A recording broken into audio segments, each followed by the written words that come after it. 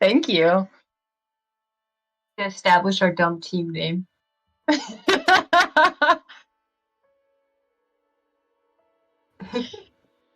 Yes.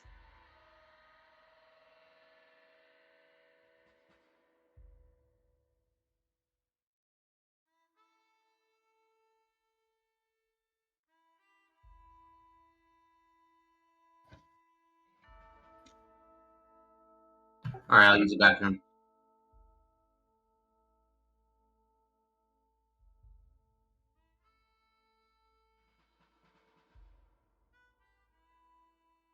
Just to make sure, is everyone able to hear me okay? Like you're not picking up the AC roaring or anything? No, you sound pretty good. Nope. Okay, cool.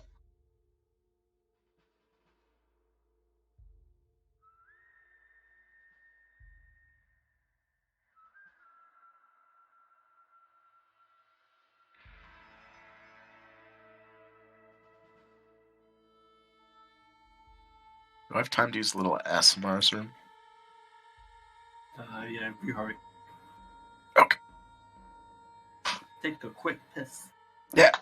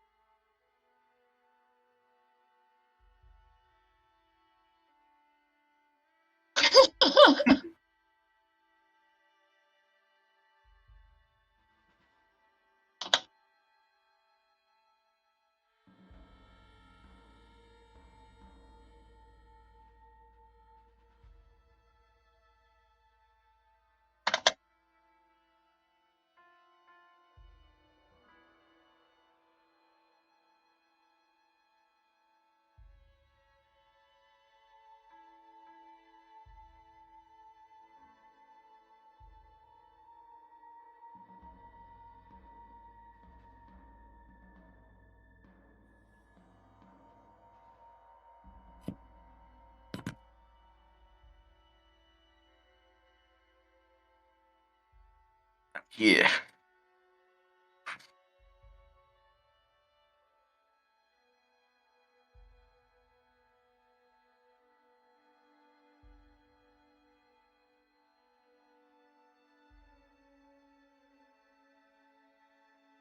Good to be back. Choom. Sorry, I don't know. I didn't play that game. Yeah. Oh.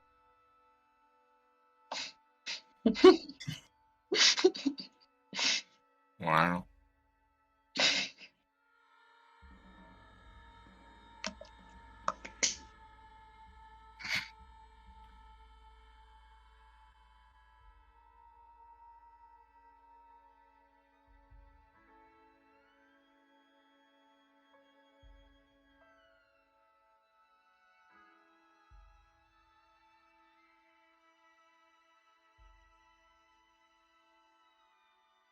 I'm Cheyenne. Pronouns are she, her. I hate D&D. I hate D&D games. I hate all of you.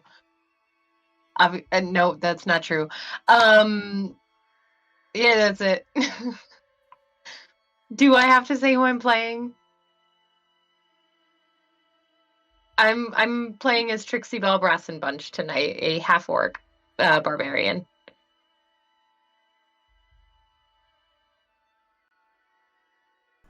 I just realized I was muted in stream, and so they didn't hear me. I just reintroduced myself. I'm Gabe. Pronouns they them.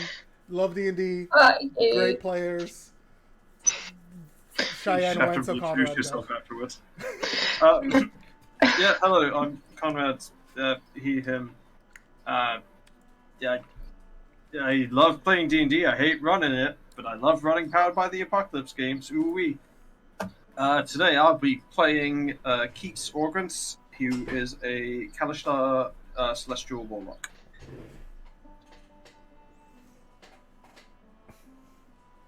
Alright, hello, I am Fab Fabilo. I usually just go by Fab. She, her. I do art things sometimes, mostly, but I've played a lot of D&D here and there. And it's fun, it's good. I am playing Inrim Musrosen. She is a Redemption Paladin ASMR. And you'll find out more about her later.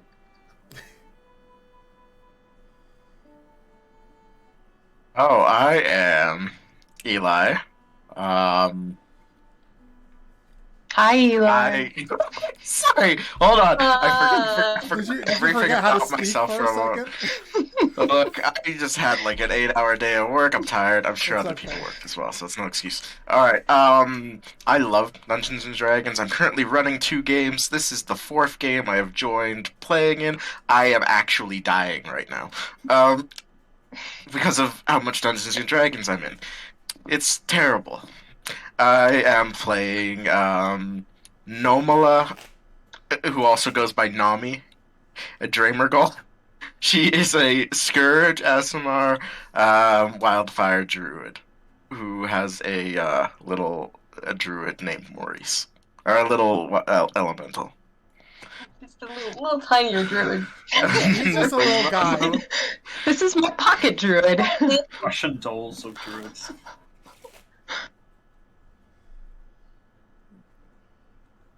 Sean, you're up. Oh, hey there. Didn't see you come in. I'm Sean. Pronouns are he, him, they, them. I've been playing D&D for quite some time. You know, people know me as the Nat 20 King. I'm going to definitely be failing a lot in this campaign, though. You know, that's how it is. But excited to play. I'm playing as Lady Sophia Anya Kanovgrad. First of her name. But we'll see how this goes. Okay. So we're going to start off with some vignettes so you guys can get to know your characters better and we can all get to know your characters a little better. Everybody roll a d20 for me just to see who goes first. I've never failed in my life. Ah! Oh, Conrad! The first 20 of the campaign! The white man with the natural 20 privilege? Is that how it's going to be? Listen, to be Worst fair, day. Conrad never gets 20. That's also okay? very true. Let him have this. Let him have the moment. All right. I'll let you have Let it. him have it. Probably this role meant something. Because after this, it's going to be nothing but beans, man. All right, so... Gotta use beans. All right, so we're going to start off with Eli's character, Namola. Yeah. Get fucked, Conrad.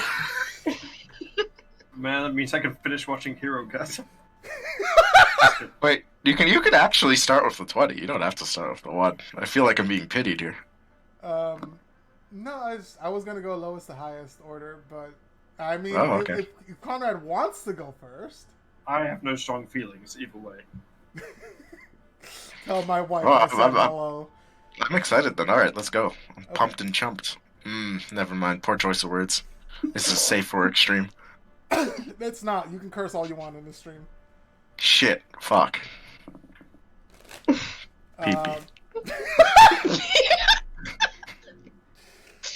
Okay. I need to put the mic away from my mouth. Don't worry, I'm a loud laugher. Oh my god. Okay. So, Nomola, tell us a little bit about yourself. I am Namola. Well, as I said, I am a Scourge ASMR. I'm a Wildfire Druid. Gabe, do you want me to kind of just, like, go off of, like, the kind of stuff we talked about, or... Whatever you want to introduce yourself as. You can give as much or as little information as you want, Eli. Okay, well, as an ASMR, we kind of got the whole celestial inside us thing going on, and the way the gods of Gabe's world here work are that they're Kapaknian. all what? Kapaknian. That's the name of the world. Capacnian. Alright. The gods of Capacnian are all basically saints of people who did cool things and then died.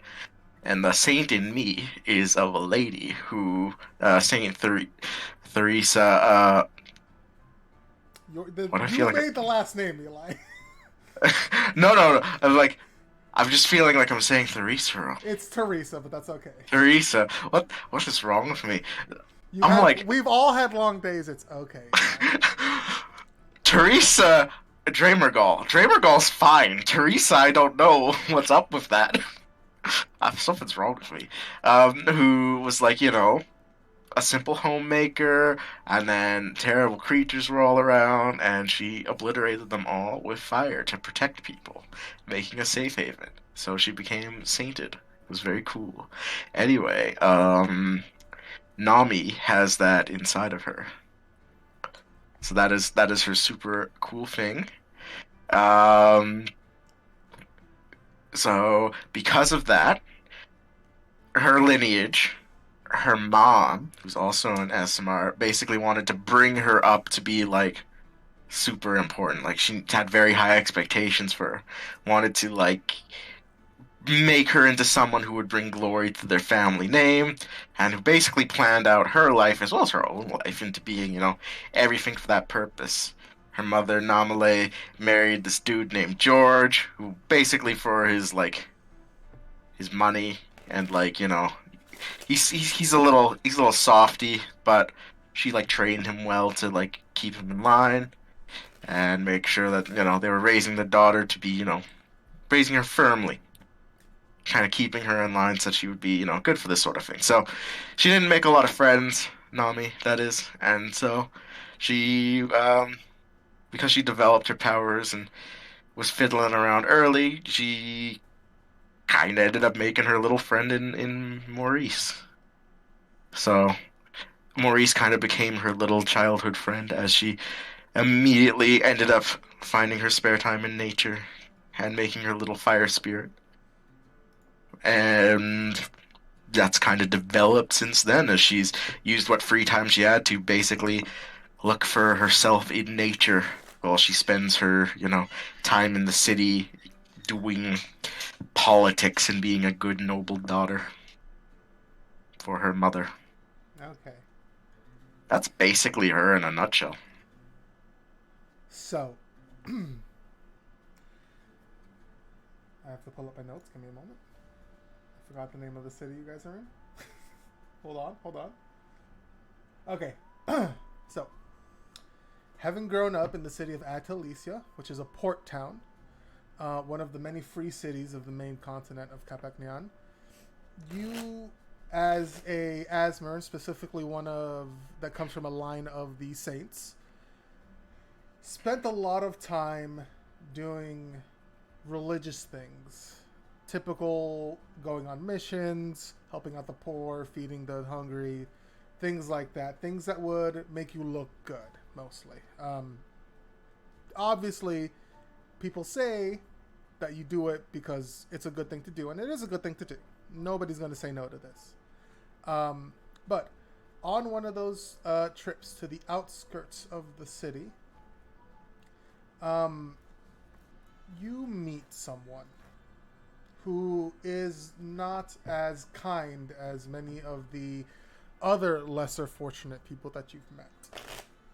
So, with you and your mother, as you're meeting with and handing out supplies to some of the less fortunate here in the slums, you hear a voice coming from the crowd. It's loud, clear, and you see many of the people around you and in the area turn, not with surprise, but like recognizing who it is, a little bit exasperated because they're in the middle of something.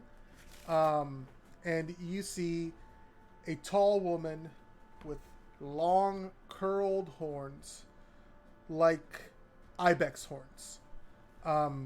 You see her skin is this pale green and red color, almost brownish actually, and her horns are a darker shade of that. She's got big, bright red eyes, and you see she's dressed in what looks to be sort of a mixture of clothing. She's got like overalls and like a blouse on, and you see she's got like mandals on, like with straps, and around her waist you see she's got a large leather belt with a lot of pouches on it. You see a random assortment of tools on there. And so as she makes a scene and calls out to you, she says, "Oi, what are you coming down here once a month to help the people out here?"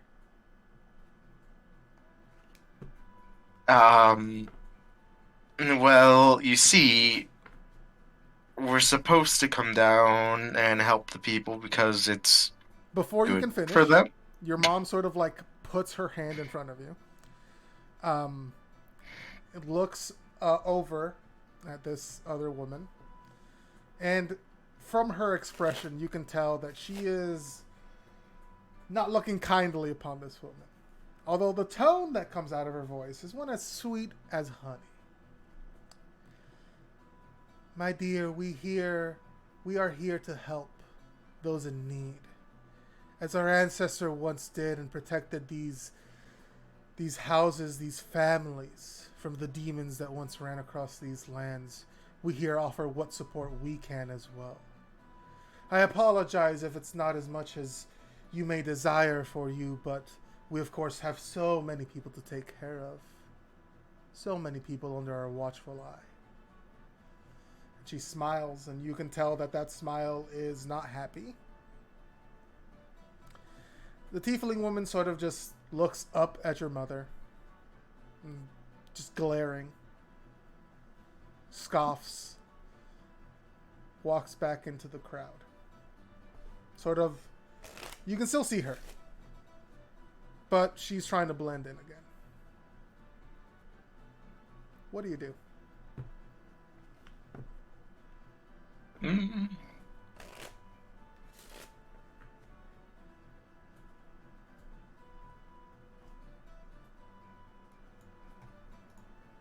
Well, I think in this moment,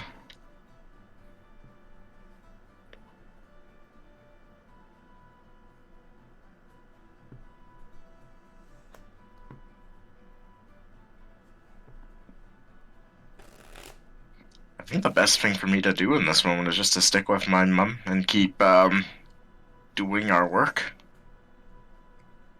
Alright. So It's best to keep up appearances, at least. go ahead and make a performance check for me. Sure. Okay.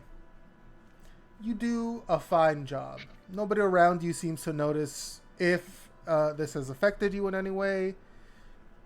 You're being very kind to these people, handing out food, handing out supplies, clothes, toys to some children, things like that. And eventually the queue clears out, and you're there on the stand with your mother, who looks down at you, gives you a once-over, and says, "So what did you think about that, sweetie?"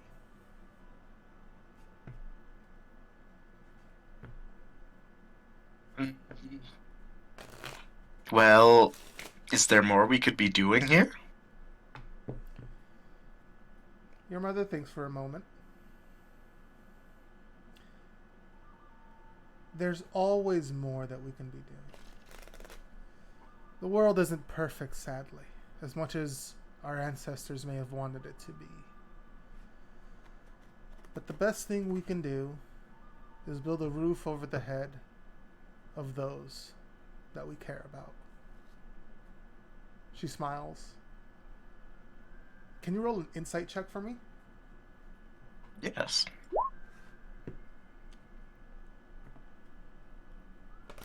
You've known your mother for a long time. You think she's telling the truth, but you feel like there's more that she might want to say. Maybe behind closed doors. She looks down at you again. How would you have dealt with that woman who spoke out against us?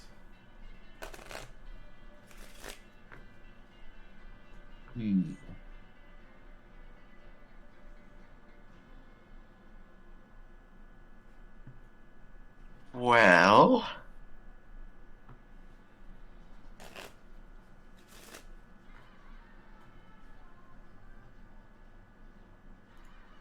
I guess I would have just had to apologize and promise to try harder, right? She thinks for a moment, gives you a look and says, "Don't ever admit fault, my dear." So, you can say you understand them, say that you realize that there are needs that need to be met, but don't ever apologize, because that's admitting you're wrong. And are we wrong? I guess not, no. Exactly. Our power comes from our saintly ancestor. And that means we have the best interests of the people at heart. She gives you another smile, pats you on the shoulder, and starts heading back into the city with you. What's your passive perception? 15.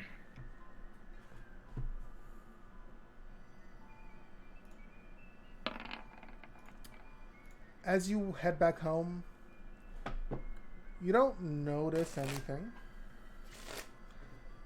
But your mother, eventually, maybe 15 minutes into your journey, and there are some other people with you as well, other worshippers of Teresa, who are with you around as well, and she looks around a bit, sort of pulls you in a bit closer, and without breaking stride or putting any attention on herself, she says, "It seems as though we have an admirer.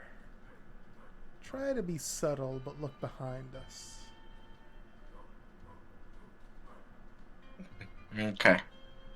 Do you want me to roll stealth? Go ahead and roll sleight of hand, yeah. Sleight of hand, okay. Okay. As you look back, you see the street. It doesn't look to be filled with too many people. There's a few people walking, and it takes you a moment. But because your mother pointed it out, you do notice a familiar pair of horns coming through the crowd, sort of just following you.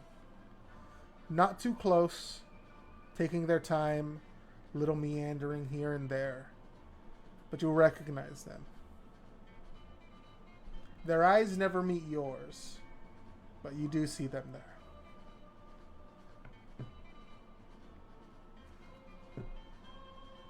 Oh. It's her.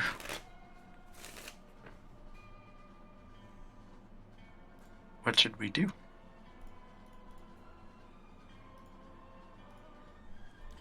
Your mother looks at her and says, or looks at you and says, "She hasn't done anything. She may just be curious. Let's leave it alone and see what happens. Okay. Besides, we can handle ourselves, can't we?" Right. So, you continue heading home. Nothing happens. Your house is large. An estate, basically. With big gates out in front. Very well taken care of. Shrubbery and plants. Nothing too ostentatious. But it shows that this place is very well taken care of, and that takes, at the very least, time and effort. So, as you go in, you head to your room or whatever other duties you might have for the day. Nothing seems to come of this. Until at night, before you go to bed, as you're getting ready, you hear a buzzing in your room. You look around, trying to spot whatever fly or mosquito this might be. And instead you see sort of about the size of a deck of cards, a bronze, what looks to be insect, fluttering and holding what seems to be a letter. As it notices you, it drops the letter on your bed and flies out the window.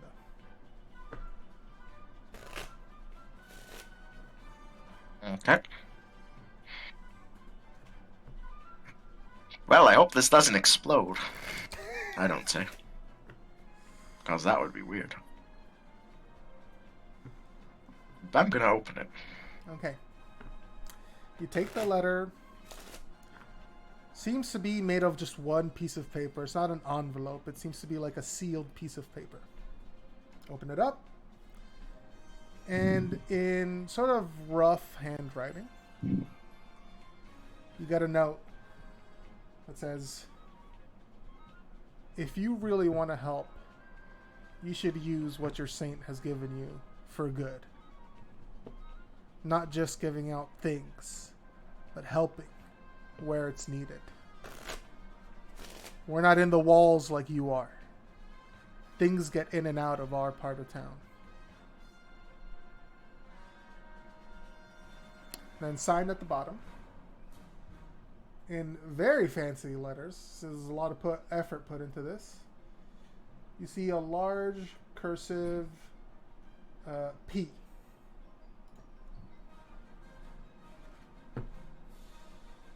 E. A large cursive P. Yes. Okay. Well, I will set this on the desk, and I will contemplate it as I go to sleep. Okay. Much to think about. Think about the P. Absolutely.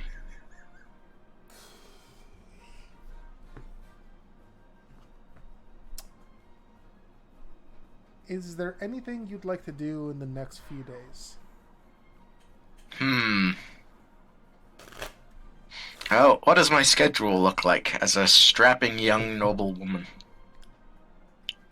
So most days you have etiquette training, you have your learning,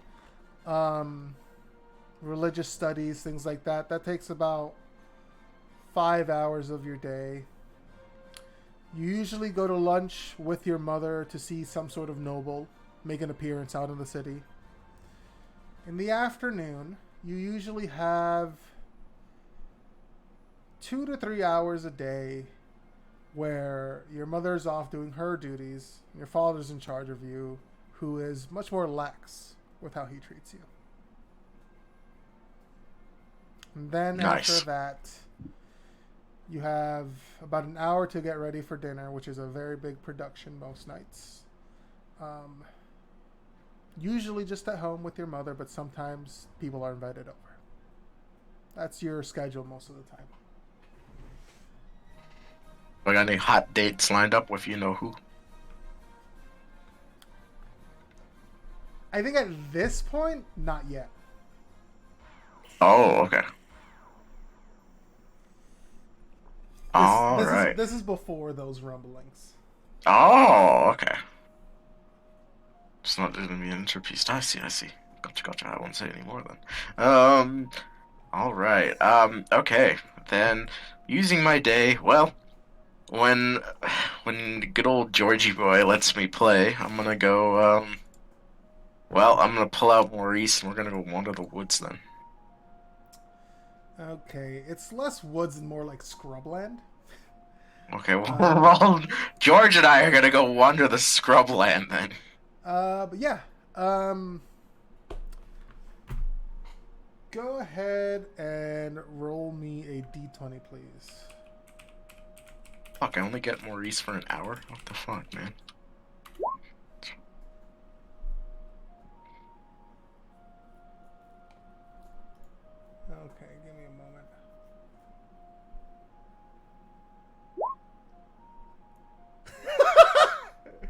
Yes, Maurice does have a tight schedule of his own. You're right. It's fucked up. Hold on. None of this is what I wanted. God damn it. Okay.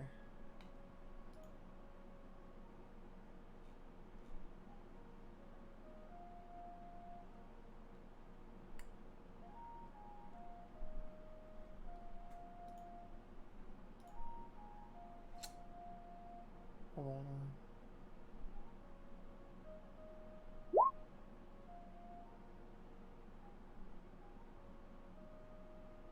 You know what? You're right.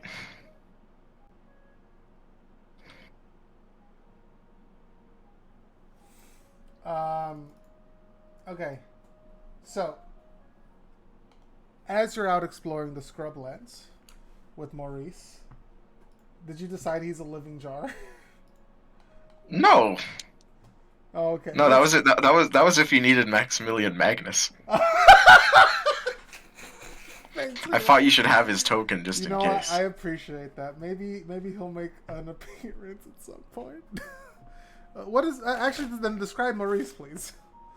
Maurice is a fire elemental. Right, but what form does he take? I don't know. I don't have a token for him yet. I don't know. I would imagine him being like a. Does this thing fly? Yeah, it hovers. So like a half humanoid. Like, you know, like where something's like a torso boy, where it has like arms, and it's like a V. Okay. With like a stubby head, you know, like. The bottom's like a swirling sort of thing of fire. Yeah, that's what I imagine Maurice to be like. Okay. Like a Casper, but like fire. Okay, interesting. All right. Not as cute though, like an actual fire elemental. Yes. Okay. So as you, Maurice, are exploring the scrublands, you come across a river. And in this river, you look around, and you don't spot many fish or any other things living in this river. You keep looking Maurice. around. And can you roll me a perception check, please? Yes. Okay. Immediately, you spot what's happening in this river. It does not take you long as you notice that there's not much fauna around the area. You spot a very large, what looks to be sort of metallic creature. It's semi-humanoid in shape, but it doesn't have like hands. It has like what seem to be maybe like a large metal saw in one hand, and the other has what looks to be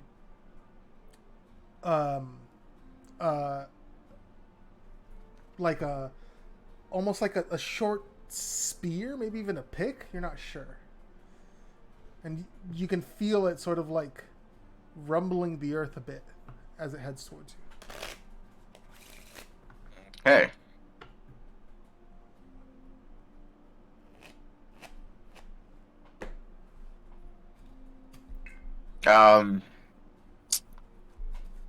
Okay. Maurice and I are gonna work together to intimidate this thing. Okay. I'll fluff out my ears and make myself look as big as possible. You see, it spots you. And it spots you doing this intimidating pose. After a few moments, you see, like, a sort of flashing red light over where its face would be. Sort of just blink out a few times onto you and Maurice. And then in sort of like a broken voice. Intrude.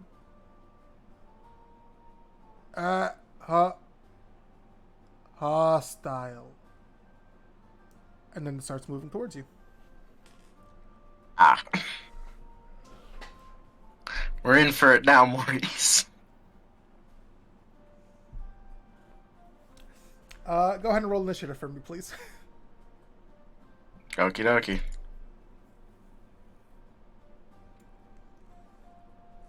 Do you roll initiative for Maurice, or does he take his turn on your turn? It shares my initiative count. Takes a turn immediately after mine. Gotcha. Okay. All right. So. Here. Well, here's everything. You're gonna get to go first. So you see this thing approaching you menacingly. Oh, so menacing. Okay. How far away is it from me? I would say by this point it's probably like 50 feet away. 50 feet away from me. Okay. Mm-hmm.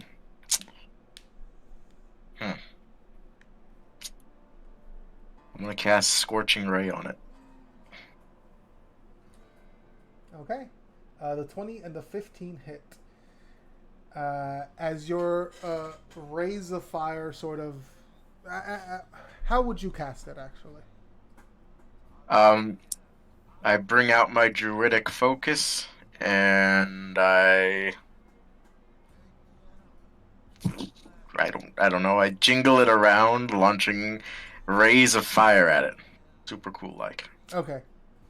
So, as you recite the words and the practice motions to cast this spell, 3 thick rays of fire sort of beam towards this creature. One sort of glances off of its shoulder, and the others hit it square in the chest, where you see the metal start to glow red from the heat of these attacks. It's still moving towards you, but you can see that you are affecting it. Yahoo. What about Maurice? Does he do anything? On Maurice's turn, Maurice is going to attack. I am sorry, I'm just making Maurice's attack. Mm-hmm.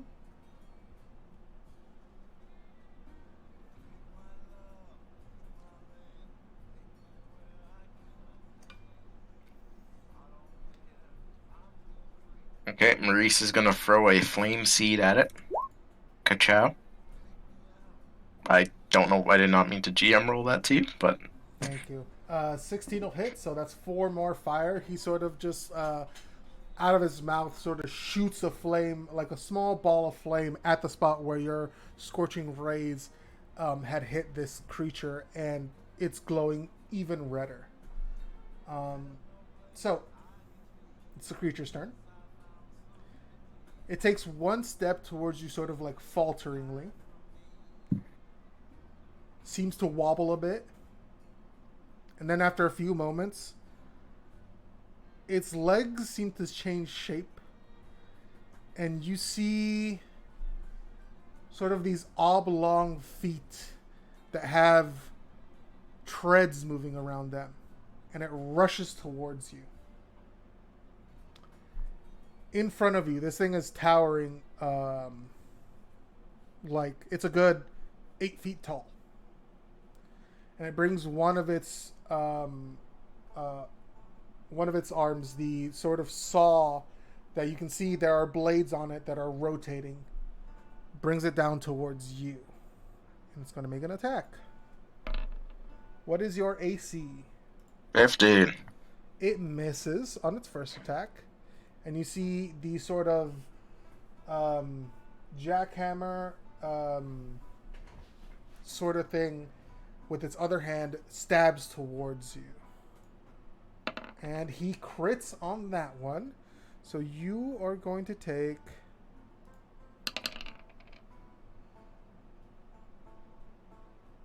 15, I'm going to call it bludgeoning damage. Okay. As this thing hits you with a jackhammer that it's right in your shoulder, and then it not only hits you, but the sort of pick-like head of it itself hits you in the shoulder multiple times.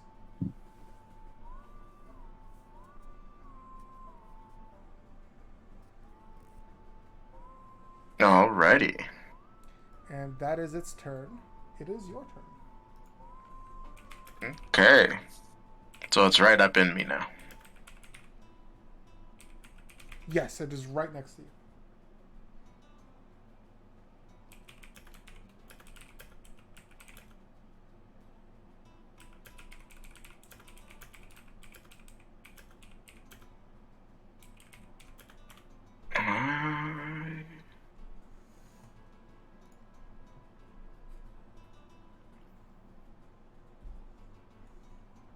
Going to cast.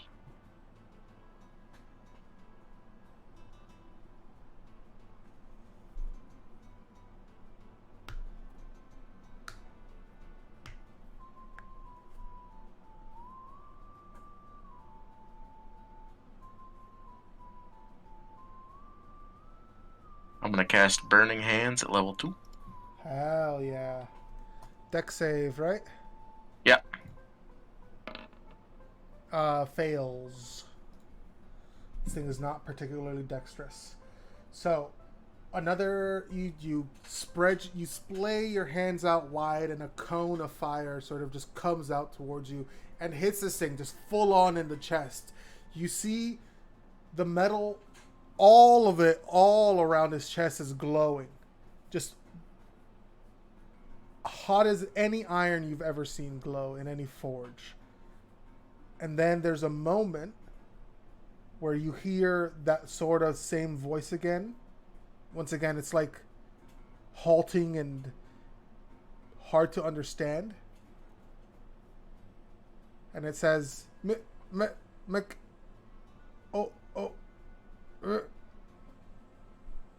heat overload. And you see it goes stiff and falls forward. I need you to make a dexterity saving throw, please. Ugh. You jump out of the way, you dive out of the way to try to make sure you don't get hurt by this thing, but your foot gets caught. You're gonna take 10 bludgeoning damage, and your speed is halved. Actually, no, you take basically 1 level of exhaustion. Okay.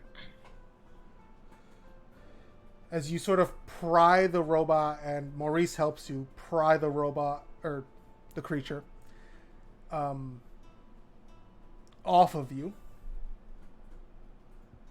You get up, and your foot's not looking good.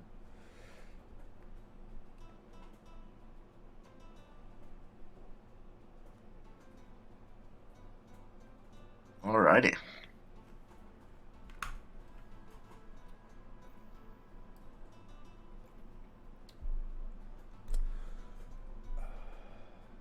It's around this time that from the distance, direction where this robot was coming from, you see the familiar silhouette of those large, curly, ibex-like horns of the tiefling you saw the other day. You see, she has a pack that seems to be filled with things, and walks over towards you, sort of looking at the creature that you just defeated.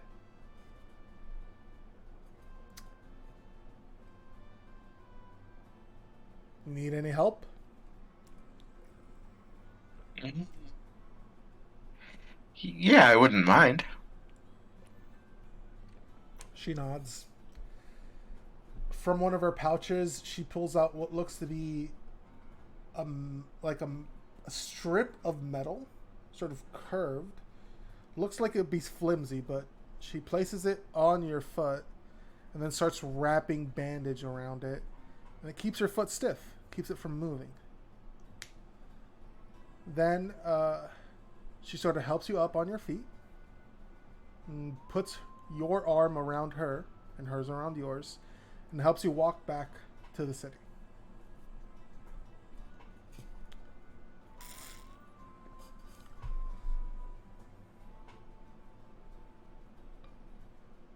Well, I make sure to thank her along the way. welcome. No other believers with you? No, I was wandering around by myself. I had some free time. Free time, huh? Okay. So what brought you out here then? Well, I mean, it's somewhere outside the city where I can, do something that isn't under the eye of my mother. She laughs a little bit at that. Yeah, she's a piece of work, isn't she? No, she just wants what's best for me. But it certainly keeps me busy. Yeah, what's best for you? Okay. I think your mother is diplomatic. And she says it like an insult. Oh, that's one way to put it. She treats everything like she's talking politics. I think for her, everything is politics. Yeah. Nami'll sigh. Maybe.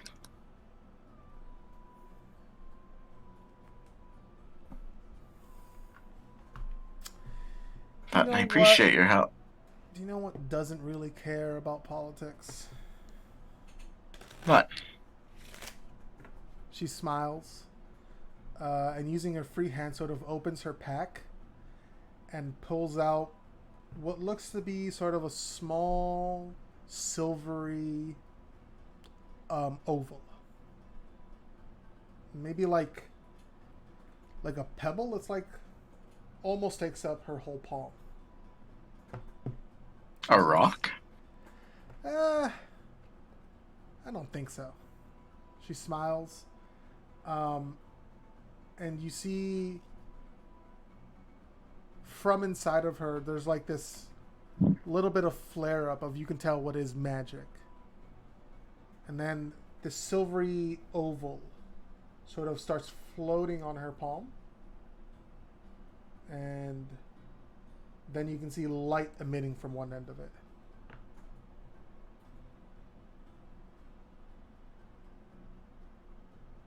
It's beautiful.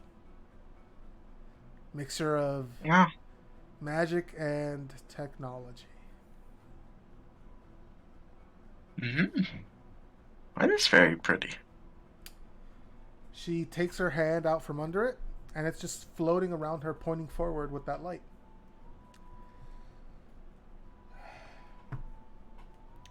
Whatever they did before the sky fell, I don't think they deserved what they got. Not if they could do things like this.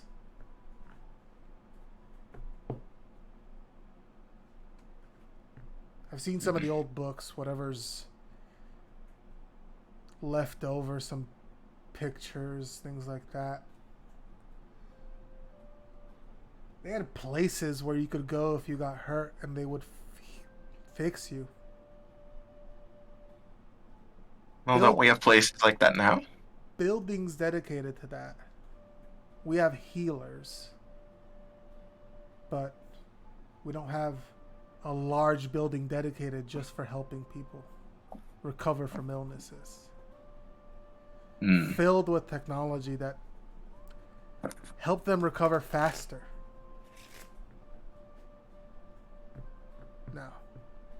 Now the gods, they didn't deserve what happened to them.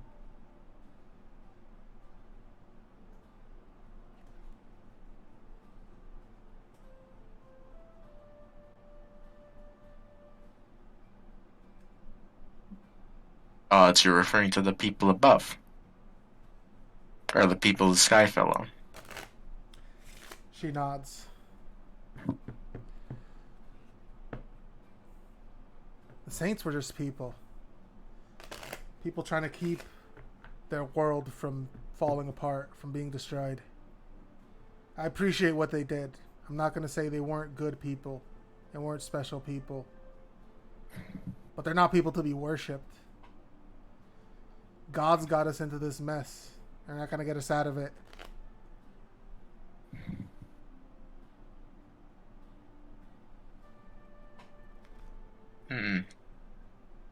I guess that's one way to think about it.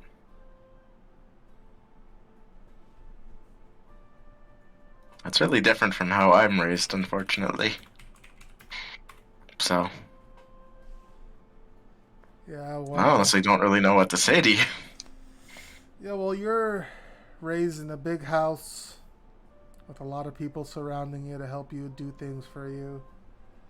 Not having to worry about food or making sure you don't get hurt when you're out making money or paying for things you need to pay for. It's true.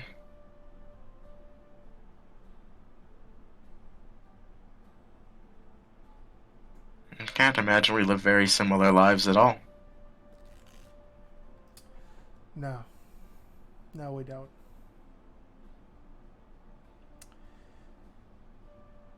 I guess you resent people like me. She laughs. I wish people like you would use what they have to help people like me. That's what I wish. Some of you do.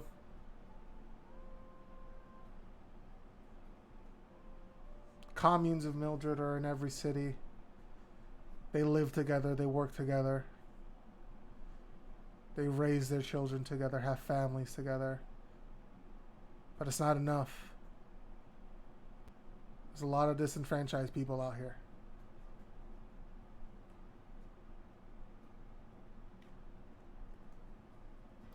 Whatever. It's not your fault. Right.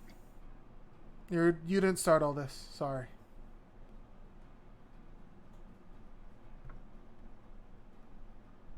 Right. Okay.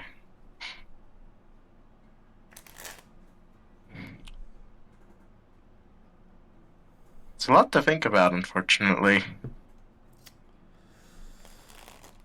Well, luckily you have plenty of time to think about things, huh? I guess so. What I'll do once I inherit everything. Until then, I just do whatever my mom wants me to.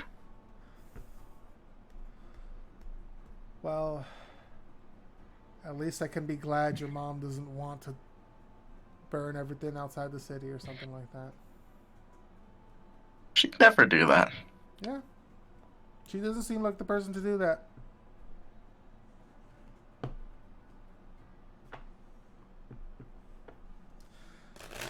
As you guys approach the city, you see a couple of familiar faces sort of looking for you. Some of the people from the house just wondered where you wandered off.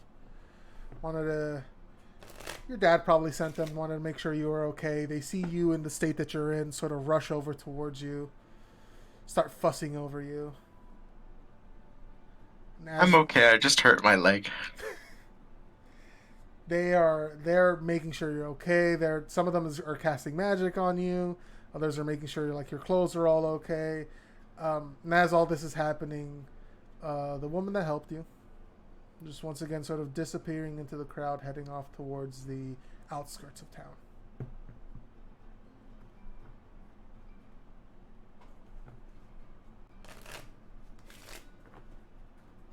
Gotcha. And that will be your vignette, Eli. Okie dokie. Okay. Next up, I think, was Fab. Hello! Hi, Fab. How are you? Hi, I'm doing alright. Okay. So, tell us a little bit about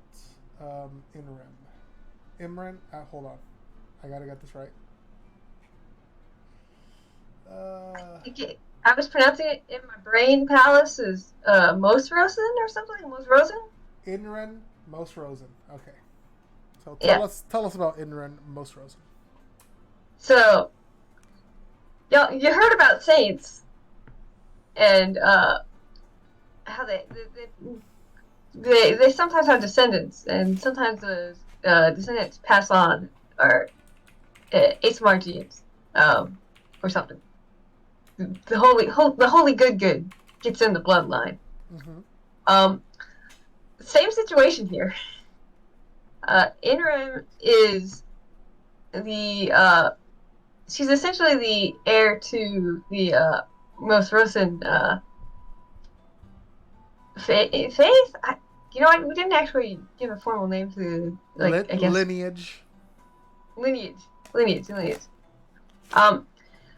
Saint Mosrosen was a protector of the city, a woman who, as the demons were attacking, she used her potent magic to erect a barrier around the city, essentially giving her body to create this barrier that can be turned on and off.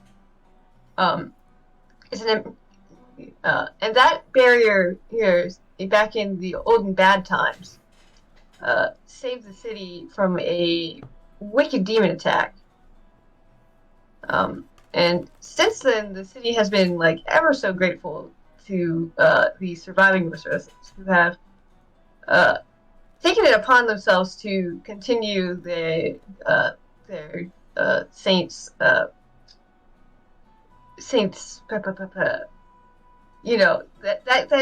great gesture to protect the city, essentially.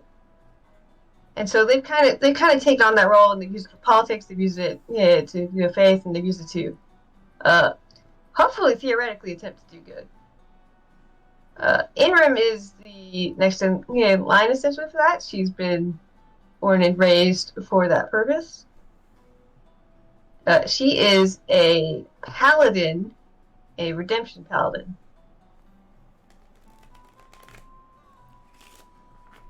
Okay. Yep. All right. So, for you, it's nighttime. Everyone's pretty quiet in your house. Nothing much seems to be going on. But you have plans. You make sure not to make too much noise. You make sure to follow and stick to what you know and how to get out of your house without people knowing. You're going out to meet a friend. You head towards the market, which is still active at this time of night. Lights are on in the city. People are walking, milling about. Lots of people talking, eating food, looking at things in stores. You can hear the sounds of many people selling their wares. Crafts, food, magic items, clothing, anything and everything you can find in this marketplace. But you're looking for one very specific, tall, dark-skinned woman. And you spot her across the market, sitting next to a stall that seems to be selling food. What looks to be fried bread with some sort of stew on top of it. And she's eating. Somehow she manages to not get a single drop on herself. She looks absolutely pristine. And there's even a slight glow about her. As you approach, she looks up and smiles and says, "It is good to see you, Indram." Miss Amira, I wanted to talk to you. But of course, if I'm not interrupting. I'm just having a wonderful meal, and having another friend there with me would be great. She's sitting down, right? She is sitting down on a bench, and there's a spot next to her if you'd like to. Okay. I, very, eager but trying not to look too eager, trying to play it cool, I take a seat. And, she she has her hands together and little fidget, and she's like, so I heard you just got back from a trip, and I wanted to get some air, and I was curious, so I thought if I could take some of your time to ask. I'd love to answer your questions. She's got this big smile on her hair, and you see this. She sort of like shakes her head a little bit. That's like almost glowing mane of red hair up in a ponytail, sort of just shimmers in the night sky. So, what questions did you have for me? I mean, where were you? I asked around. I wasn't told. So, and I mean, you always go to such cool places. She smiles. Yes, the remnants of the old world are cool, as you say. I was in the desert this time. I went further out. There's some buildings out there that still haven't been... Well, there's a lot out there that still hasn't been searched, but specifically I went to a building that we believe was some sort of shopping center. Like this market, but large, filled with glass and metal, many different storefronts. Must have been something beautiful in its heyday. Indoor market? Yes. She's trying to wrap her head around this, as if this is some far-fetched thing. The reality is she has not been shopping that much beyond what she can walk to outside.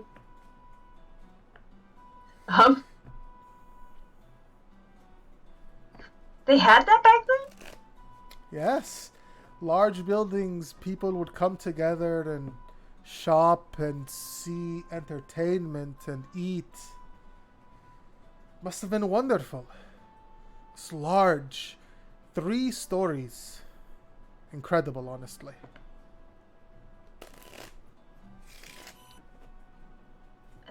They had powerful magic back then.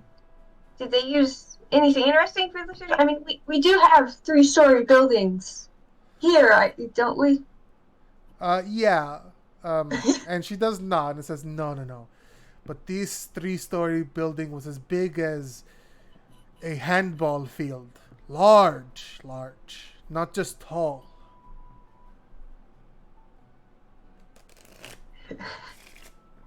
Her eyes kind of widen at that. Because, I hate this because I'm a civil engineer and I'm, thinking of building logistics. She's like, twice the size of a chapel. What?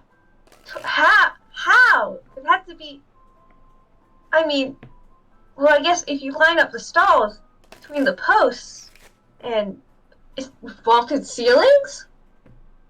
She smiles and says, I wish I knew all their secrets. So the trust. Oh. Okay. But, I mean, that's just old. That's old. Sure. What were they selling? Was there anything interesting? She's desperately. She's trying to get a little more. This is interesting. This is good. She knows what she wants. She wants, and I'm the pretty goods. sure Mira also knows, but she's also trying to play it cool. She's playing it as cool as the desert, which is not very cool, but this is you see she gives her a smile, puts down her food, and then from a pack next to her, she opens it and pulls out what seems to be, it looks like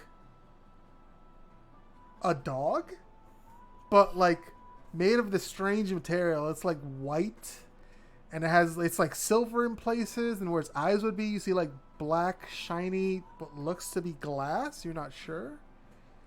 She hands it over and she says, this was used for children's entertainment, we think. He gives a little gasp. She holds it, and she's holds it up to the lamplight that I assume is somewhere nearby. Mm-hmm. Looks kind of at the glint in the material. It's just she looks as does it do anything though?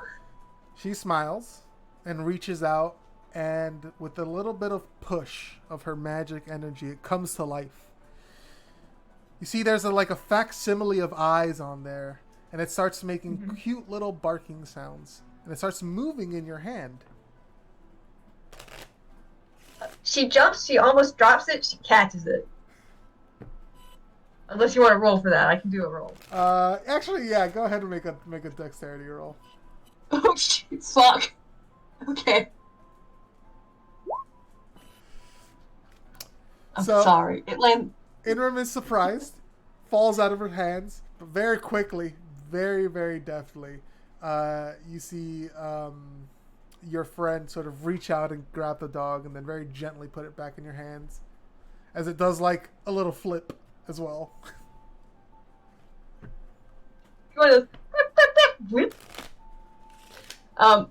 She's very, very apologetic. Her ears kind of, her wing ears kind of do a little droopy twitch. She's like, I'm sorry, I didn't expect. It's okay, don't worry. That's amazing. I mean, is this some kind of old arcane magic, or? I mean, you were able to activate it though, so I guess it might be more something more understood, but it still to think needs energy. That's what I gave it. I gave it some of my arcane energy. It seems to be a mixture of magic and technology. I think the term that the experts use is engineering. Engineering. And this is for a children's toy, so yes. To think it's so commonplace. Exactly. That's what's so fascinating. It's amazing. People will get this for their child as a gift. This would be a miracle. Just a few years ago, this would be a miracle. Nobody could imagine making something like this. No, I don't doubt that. And that's just one thing you brought back.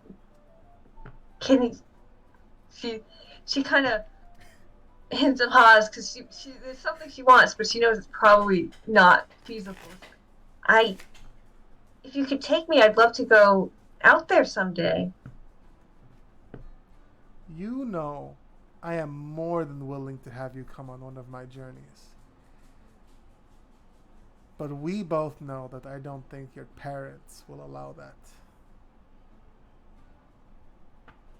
No, I don't think they would, but... If there were any ruins within a few hours of town, I'd gladly take you.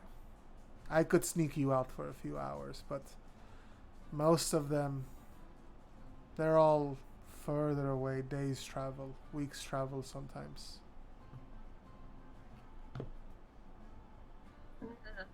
Right. I mean, I know I know the city well enough. I've seen the maps of the surrounding area. What about underground?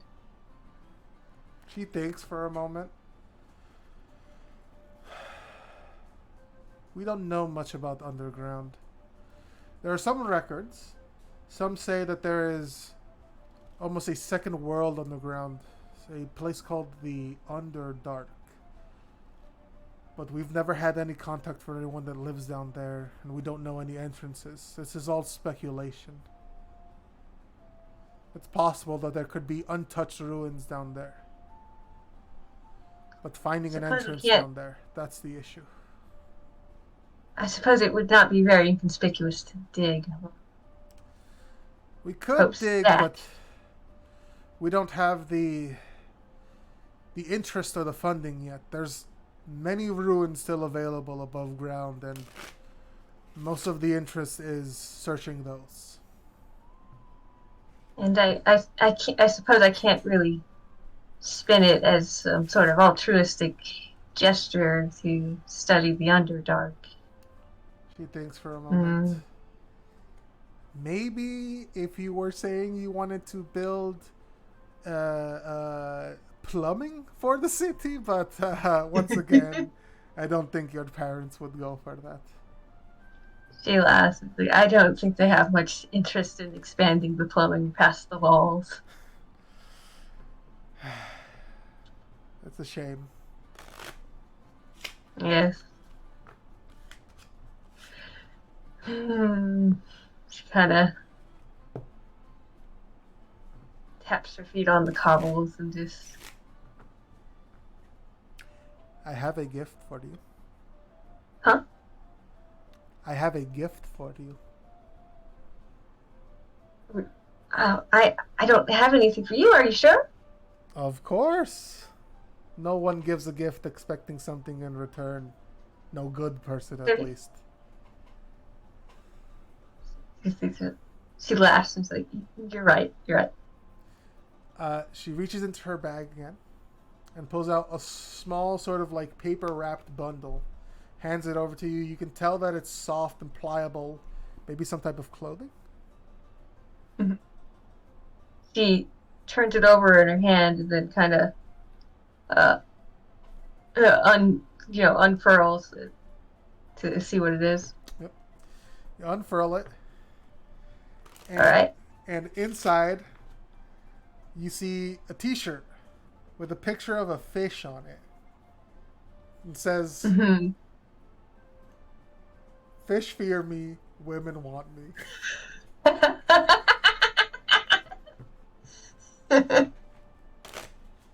I managed to find this in that same market. I thought it might look good on you.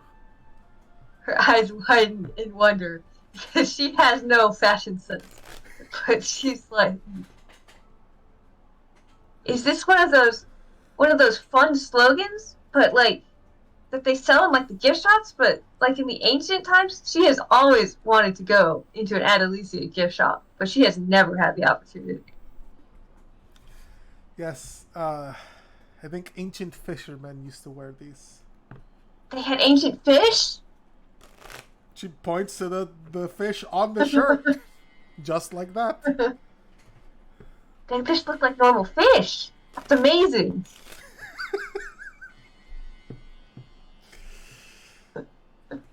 She laughs a little bit, not at you. She's just enjoying the situation. It's always good to see you, Idrim. It's a pleasure to see you too. I appreciate you humoring me. She laughs. She knows she doesn't really know anything. There's not much she can really provide, but like she really cherishes this because it's just such a stark difference from like her everyday day-to-day court life. I wish, and she just doesn't end the sentence. You see, she puts an arm around you and sort of squeezes you a little bit. I'm very happy that we met each other. I'm happy too. You guys just sit there for a moment, just enjoying the night sky, each other's company. Mm-hmm.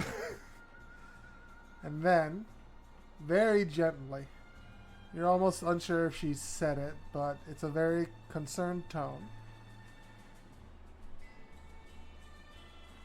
Have you heard any news from your sibling? Have I? Because I don't feel like it would be from quite some time. Other than that first letter you got? No. Which was years ago, so. Yeah. I haven't. I've tried in my own ways to send out some probes, and I asked my parents, obviously. Contact was cut off, so I've heard nothing. She nods. And she looks like she's struggling with how to say something. Edward looks worried. Takes her a moment. I may have news on that front. What? I don't want to get your hopes up, because I don't know if this is sure or not. I have many different companions that come and go with me prospecting. There are many guilds that do these things. Recently, one of the guilds I worked with had a member come from Cajamarca, from the east. And they spoke of a guide in the jungles that was able to protect all of their quarries. They didn't say how. There were rumors. Many say it was just experience, but there are rumors that they were able to shield their quarries.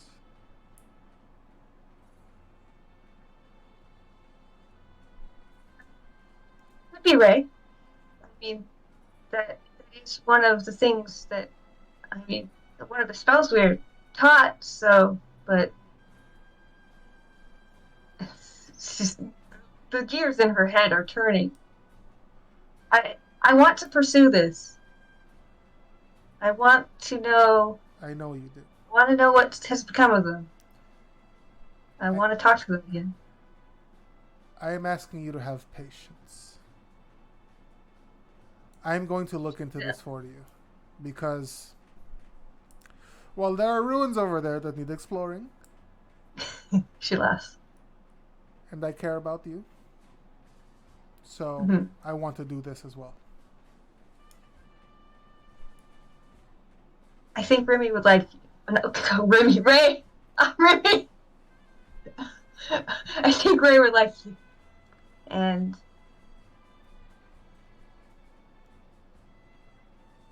I can be patient. But just don't, if you're going far away, her hands are kind of wadding the shirt up unintentionally, just, fidgeting. Don't leave me without word for, she sounds a little bitter, years. She nods.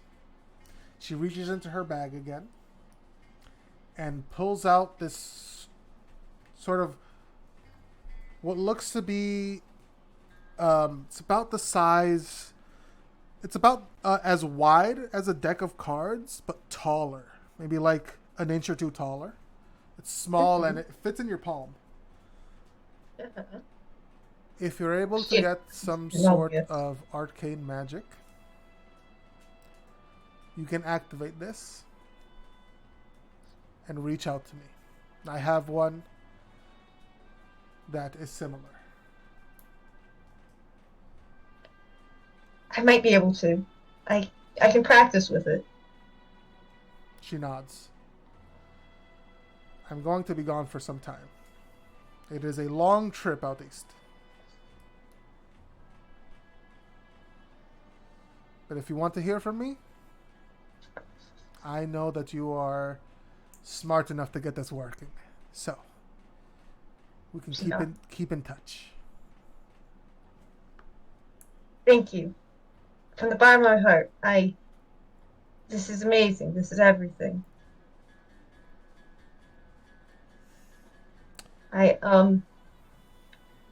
Would you like me to keep you updated on the city as well? I mean, I can get you information if you need.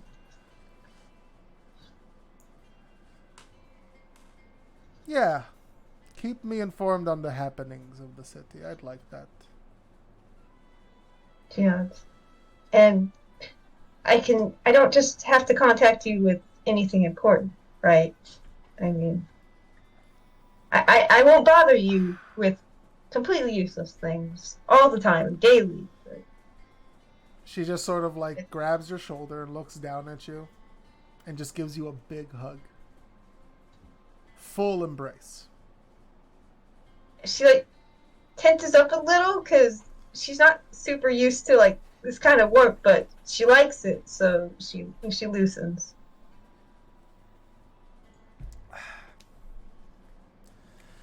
All right. You should get home before anybody notices you're missing, and I'm going to get a good night's sleep because I have a long journey ahead of me. Yes. Neither of us want to be missed or to miss sleep. I have a busy day tomorrow as well, as always. She nods. See, she reaches out, sort of brushes some hair out of your face, and leans down, gives you a little kiss on the cheek, and says, "Oh, shit. We'll see each other again." And she's like, there's that little, like, heart skip a beat pause, and doesn't know quite what to do with that. Furious nod. Yes. And you guys part way for the night. Damn, fish fear me and women want me, but in a platonic way. Maybe. We don't know. Yep. So Aaron doesn't know. you head home with an abundance of new information swimming in your head.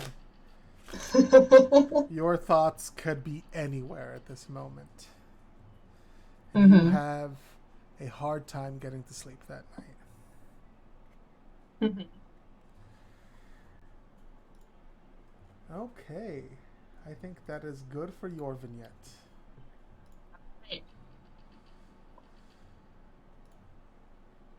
Okay, next up, if I remember correctly, is Cheyenne. Ooh. Alright, Cheyenne, tell us about your character. Okay. So Trixie Belle Brasson Bunch is adopted by Graham, her gnome adoptive mother, I guess, parental figure. She lived in, was it the Dwarven Federation? Is that correct? Yes. Yes, the Dwarven. I was just studying up on your notes again of the world. That's where she's from. Graham owned a mine there that did pretty well, and so she helped out Graham in the mine and all that. When are we going to start this? I'm assuming. I mean, yeah, obviously Graham's been passed for quite a while. Yeah, this will be after Graham's pass for sure. Okay, that's what I thought.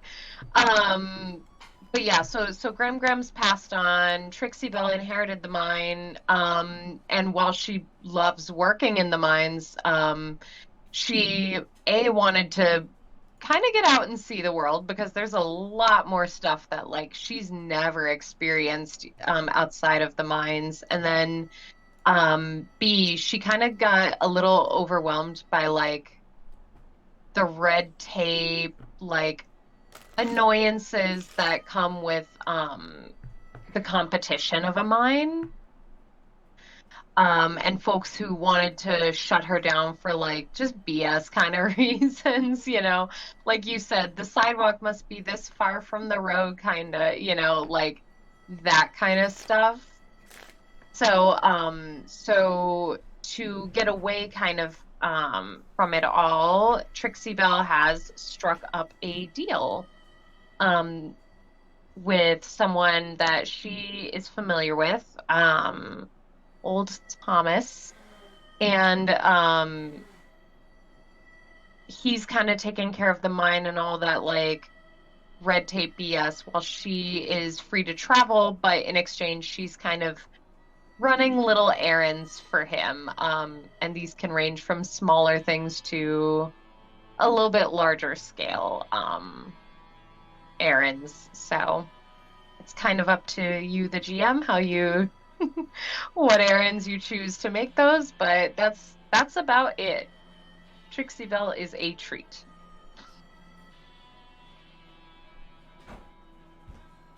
I love Trixie Belle. And today, As do I. She's going to be riding on the rails. Oh, yes! Oh, yes! Okay, I love that. So Thomas has sent her on a trip. Yes. Okay, perfect. So I like to imagine then, if you don't have anything else going on, she's probably just hanging out of a box car, right? Like when you say on the rails, you mean like a train, right? Yes, a train. There are trains in this world for sure. Yes. Okay. So she's like hanging out of a boxcar, and she does have a banjo. She does not fancy herself a bard. She does not want to be a bard. But she does have a banjo, and she does play it every now and again. And so she's just plucking away at the banjo and like singing a little tune. But she is not good at singing either. But that doesn't stop her. I mean, here, go ahead and roll performance. Okay, let me get it up here. Sorry. Oh God. That's sorry. It's okay. If I don't touch it enough on my phone, it logs me out. There we go. Okay. Abilities.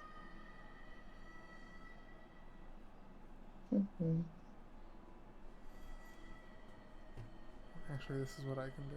That's what I should have been doing. A 9. Yeah, it's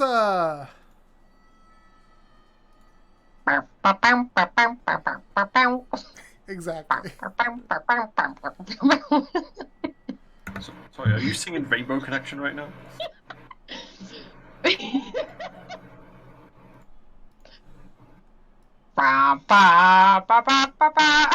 Songs about rainbows. Yeah, I'm 100% singing the Rainbow Connection. That's incredible, by the way. What's on the other side? Yeah, that's what she's plucking along on. Okay. So Thomas would have gotten you a ticket, but are you? Would she have just like hopped on a train? Oh, absolutely. Trixie Belle is not dishonest. She just does not always think too often. Gotcha. That like maybe what she's doing isn't the honest way. Gotcha. She's So, like, I have a ticket. I imagine- can just hop on any train, right? Yeah. Oh, no, I imagine she saw the train just moving and she just was like, okay, and just like grabbed a hold and climbed into whatever car was available. Yeah. You know what? I'm gonna say there's another. Oh, what are they called? Are the train people called hobos? Is that hoboing? Or is that? Or is it No, that's Hobos hop on trains all the time, yeah. They do, Yeah. but there's a specific term Yeah, for people there's who go on specific trains. terms for train people. Oh, what is a train person? Train person. vagrants, Me. No, it's just like a train Freight hopper. Freight hoppers. Train person, a hopper. The boxcar kids.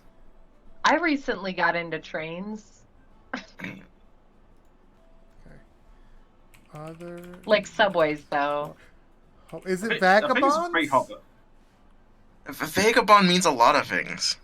A bow chaser, there we go. A tramp? No, Train. I guess they are called train hobos, but like a train hopper. Train hopper, freight hopping. Freight hopper is what I'm saying. All right, so I think freight hopper is a good term for I'm it. gonna go with freight hopper then. Okay, so Very passionate about my train hobos. you have another. Let me see if I can find. You have a companion with you on this train. Another fellow freight hopper. Maurice. Maximilian the Living Jar. I'm not gonna do that. Sorry. This is his moment. Actually, you wouldn't want to be with him. You wouldn't want to be with him. He's a rough dude. Justice for Maximilian. I Maximilian like the rides idea again. that everywhere we go, there's just big posters that say, "Have you seen this man?" And it's like in Futurama, Richard Nixon's head in a jar, but it's whatever Maximilian looks like. He just looks like a jar with arms and legs.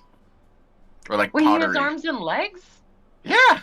Yeah, it's like Oh, I Alexander love from him Elden even Ring. more now. What do you think he, fights with his arms and legs? Oh, I okay, thought he was perfect. just bitter. You see this person. Hold on, let me make the art bigger.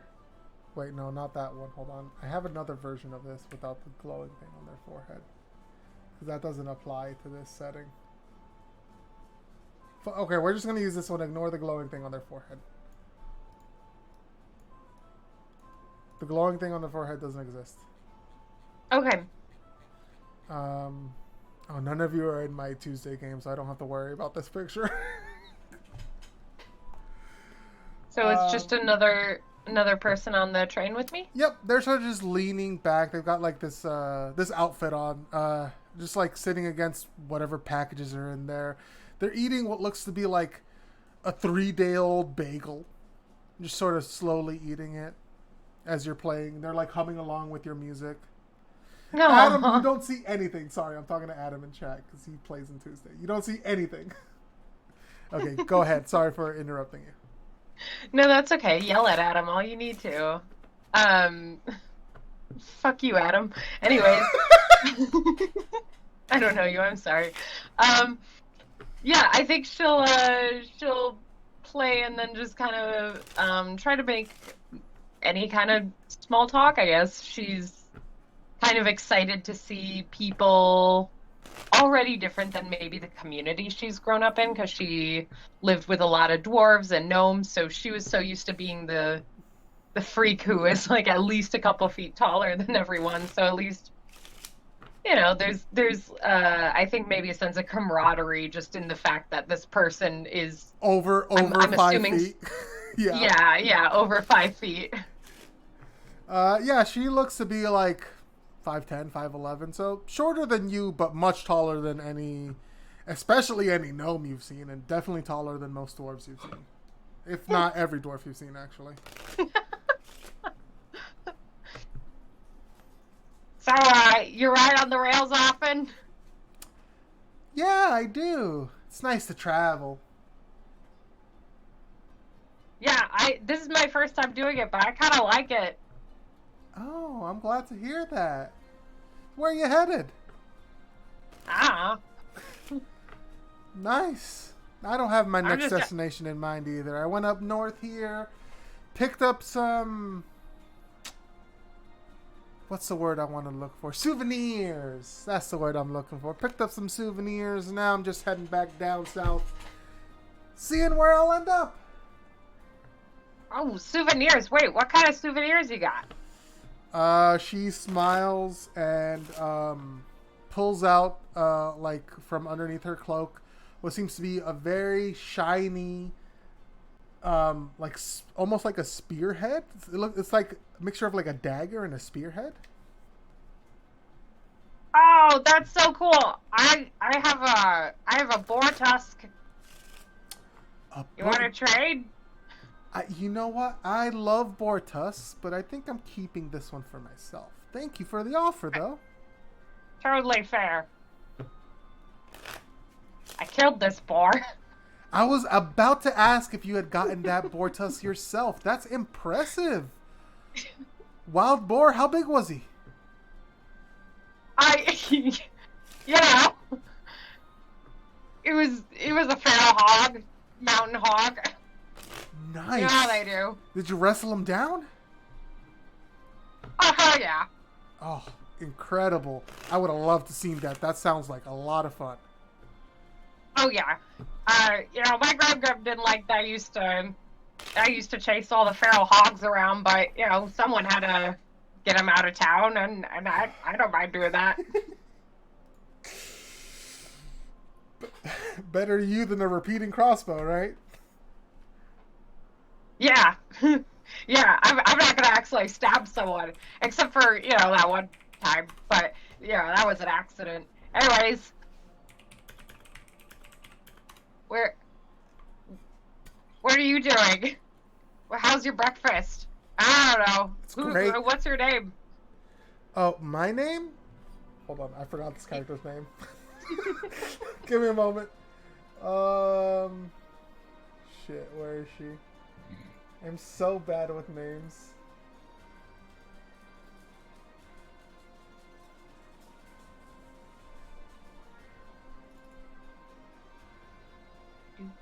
Do do do do do do do do do do do do. Fuck, what's her name? Kermit. No, it's not Kermit. Extremely. Adam, what's her name? I forgot.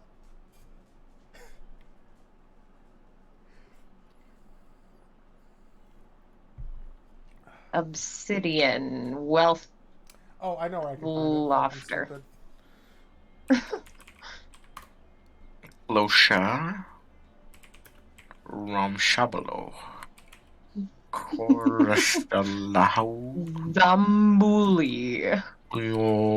Sabalahua. Samenya. Babadi. Abalo. Zendao. You guys are going off You the can just sing rails. it that way too every time. Melinda. Sorry. Okay, I remembered her name now. Thank you. Melinda. Melinda. I barely know her. I'm Melinda. That was... Very nice to meet you. What's your name? I'm Trixie Belle. That's a beautiful name, Trixie Belle. I didn't pick it, but thanks. She laughs. You are such a good traveling companion. Do you know that? Oh, thanks. It's my first time really leaving, my house for the mine. Really? So I'll take it. Okay. Yeah. Trying to see what I can find out in the big world. Maybe I'll find a bigger boar, and then I can wrestle that one. Maybe I'll actually see a Tarrasque. And she points to like her half-finished tattoo. Oh, and she like leans in and looks at your tattoo. That's incredible. What a nice tattoo. Is she being nice? Roll an Or is insight she check. actually impressed? Okay. Oh my goodness.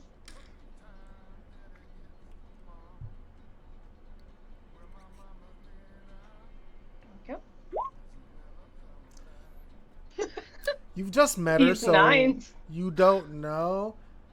It feels like she's being honest. Yeah, no, and that totally lines up with, I think, Trixie Belle's view of humanity. Thanks. My friend JJ did it. JJ. Wait, so is Yeah, he JJ. up? Is he up in the north with the dwarves? Yeah, he's a dwarf, Okay. and he did this, and then Graham walked in and got really pissed and said I had to stop. Oh, so that's why it's not finished wait, yet. so he's like your friend who just did it for you. He's not like a tattoo artist. Oh yeah, no, we just he had a book on stick and poke, and so we just decided to stick and poke. She like reaches her hand out and pushes your shoulder. Get out! That sounds like so much fun. And she's gonna mimic the same action, the reach out and kind of push her shoulder, and yeah, She laughs. It was fun. Oh my goodness. Okay, all right. Okay. And she like pulls out a piece of paper. JJ up in the north with the dwarves. All right. Next time I'm in the north, and if you're in town, I'm gonna look you up, and I'm getting a tattoo from JJ. Oh, absolutely. Yeah, you could come stay with me at my house if you need. If I'm there. I mean, even if I'm not, you could stay there. I don't care. Oh, I'm not there. And you have a house. That's great. Yeah, well, I mean, it's Graham's, but she's dead now. But you could be there. Okay. Yeah. Definitely. I'll keep that in mind for sure. What was your name again? Melinda. Melinda. Okay. I'll try to remember that in case someone, tells me that there's a person in my house. Right. But yeah, JJ rocks. You know what? I'm excited to meet them. So as you guys having conversations, talking, passing the time, you remember eventually what Thomas sent you on the train for. You Yes. are being sent T-wards. No, towards the south. He gave you a package. He gave you something to deliver. That's why he's sending you. You're going to the south. You're going to meet someone named Rose, who is in I don't remember if I have a name for this city, but it's in one of the free cities. If you want to come up with the name, it'll be fucking canon. Let's go. For the city. For the city? New Flaris. Write that down for me so I can spell it, please. Yep.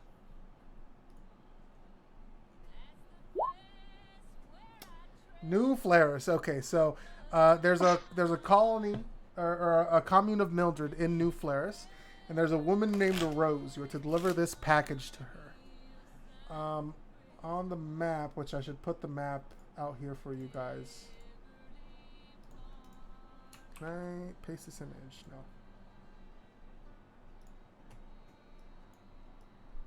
That's not what I want to do. That goes there. This goes here.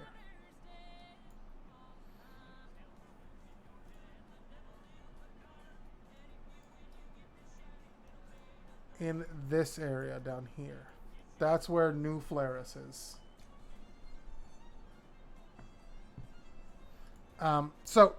Right now you're about 3/4 of the way there.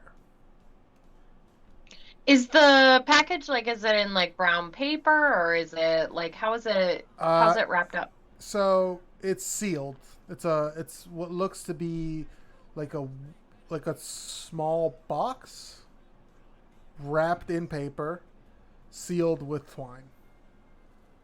Okay. Yeah, I think Trixie Belle would have told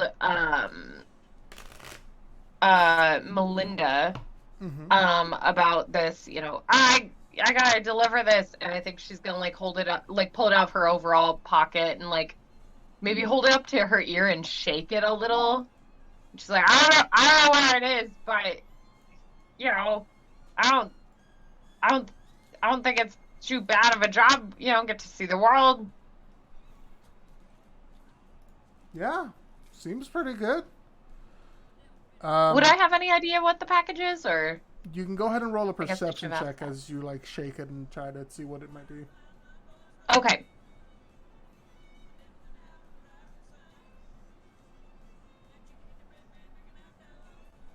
Okay. Woo-wee!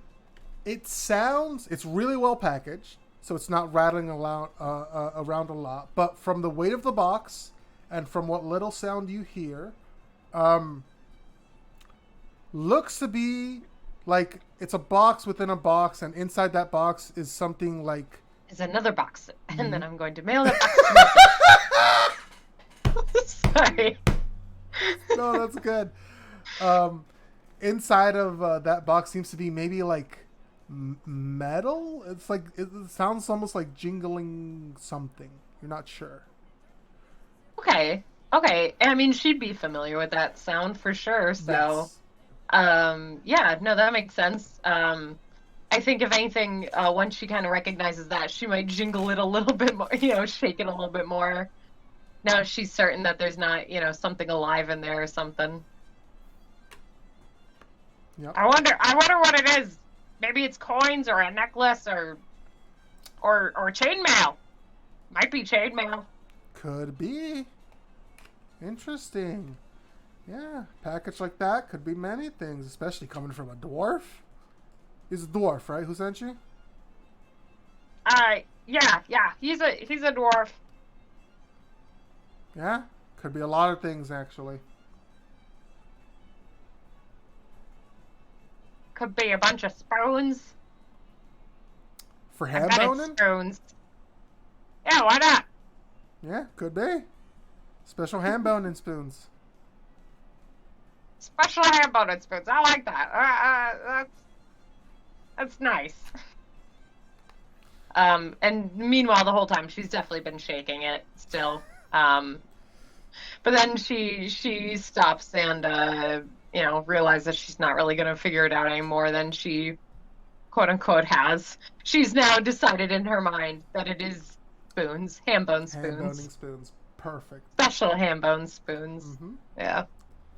Spoons specifically forged for ham boning. Absolutely. What else could it be? It's the only thing that makes sense. In this economy? Yeah. All right. Is there anything else you want to do as you're riding the rails? I don't think so. I mean, she'll probably just continue to make small talk, but, that's small talk. I don't know that it's anything we would necessarily continue to RP. Okay. Twang around with her banjo some more. That's about it. Probably. All right. Then I'm going to need you to give me a perception check, please. Ooh. All right. I'm out here making all these checks today. 13. Okay. Let's see.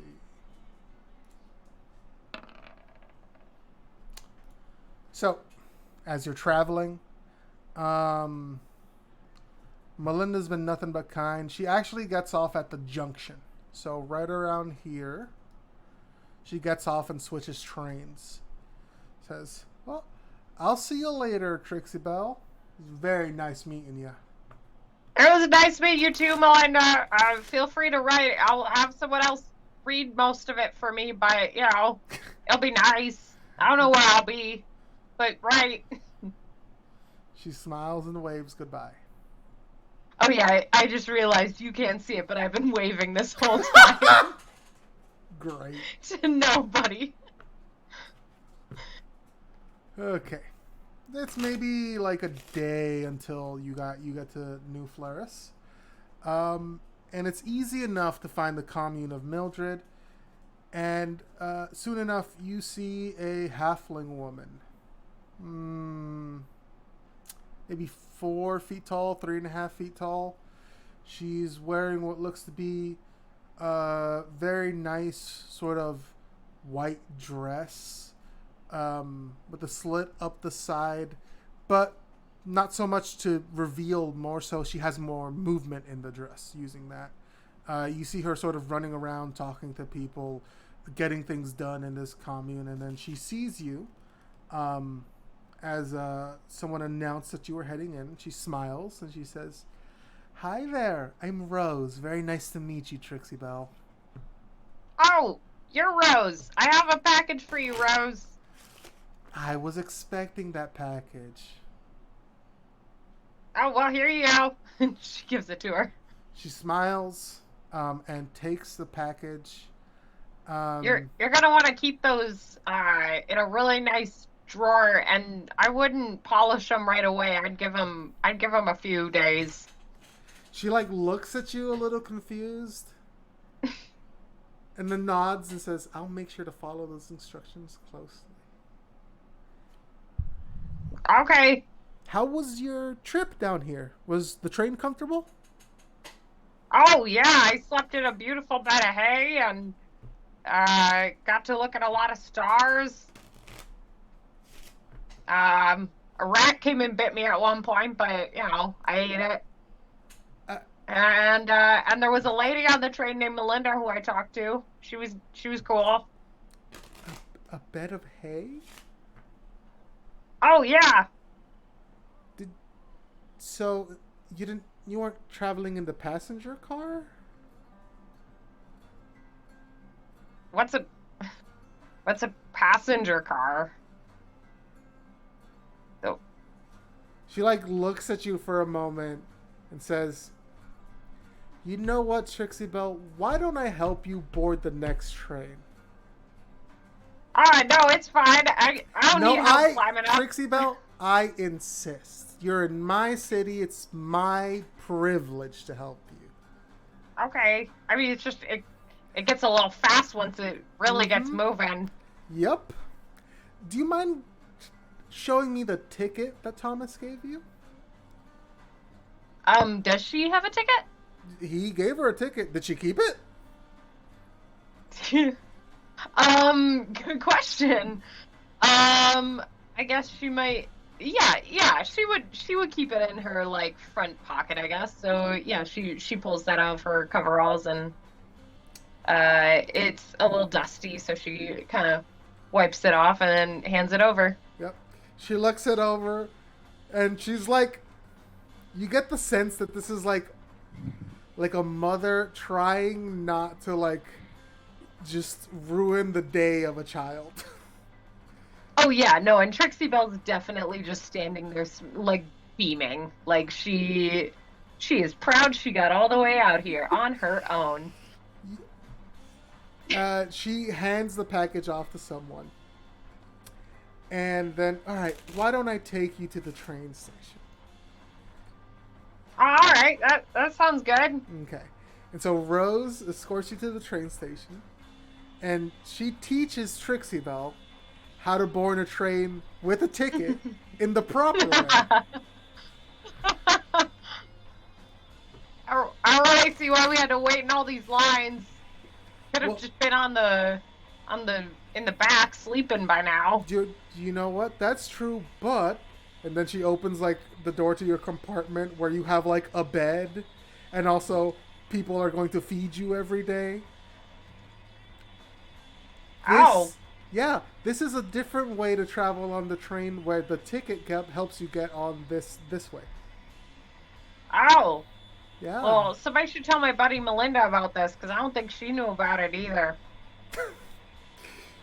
She's, like, holding back. She's like, you know what? Next time you see her, you should let her know. Yeah, okay, I will. Thanks. Perfect. Trixie Belle, thank you so much for taking the time away from your, I'm sure, busy schedule to come down and see me and deliver that package. Ah, sure, no problem. Hey, did you have anything for I already forgot his name, sorry. Thomas. Old Tom? She thinks for a moment and then, just reaches into her dress and pulls out a letter. Right, I have this for him. Okay, she'll give it like a little shake, and then, it's pretty light. All right, I'll give it to him. Thank you very much, Trixie Belle. No problem. I hope you have a very comfortable and very nice trip. And she like points to the window. You can look out the window and see all the sights as you travel as well. Yeah, that's true, I guess. And I can open it up and stick my head out and look at the stars. You can see the stars through there. Just as right. good, I promise. This might not be so bad. Yeah. All right. She New way of traveling. Gives her like a very gentle pat on the shoulder, or I guess not the shoulder, like her like elbow. And it's like, I hope you do well. Trixie Belle's gonna do the same action right back at her.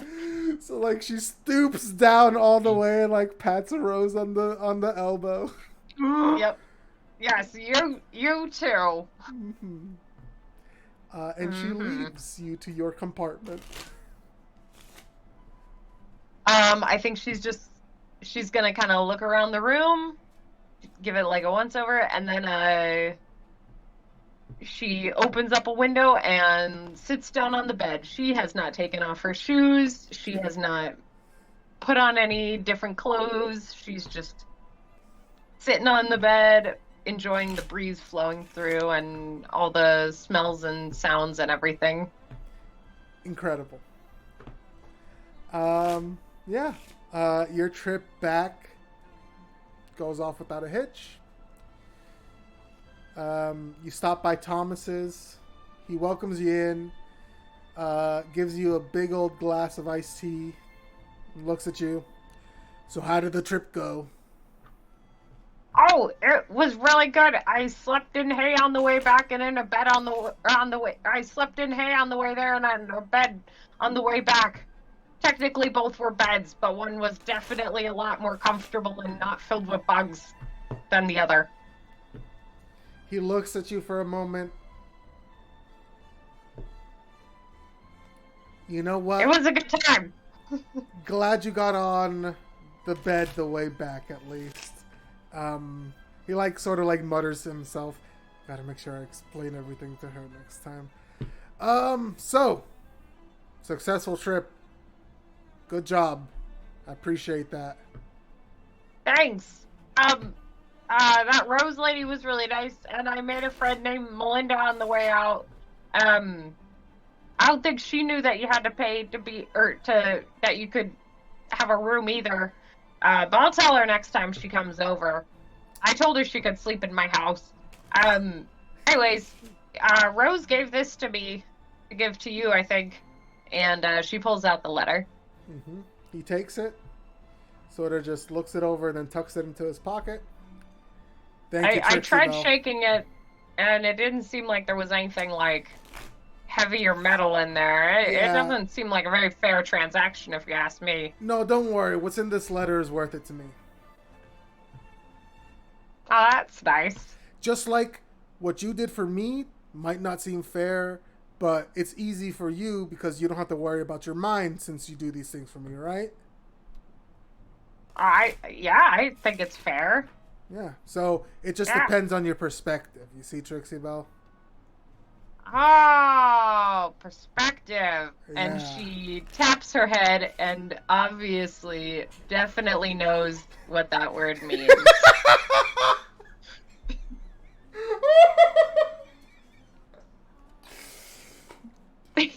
Oh my god. Yep. All right. Well, I'll let you know next time I have a job for you, okay? All right. Sounds good. Back to the mine I go. All right. Take care. Thanks. And she's whistling as she goes to work. All right. Wonderful. 3 great vignettes so far. I'm going to continue, but we should take a short break before we do. Stretch our legs, go to the bathroom, get some more water, things like that. I am a Captain. Alrighty. So let's do that. Make sure I have the BRB thing on. There we go.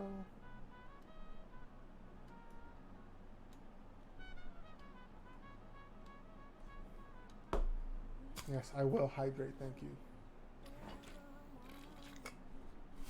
I've been hydrating and stretching when you guys have been giving me points. We're just in the middle of things. But I'll be right back. I'm going to serve myself some more water.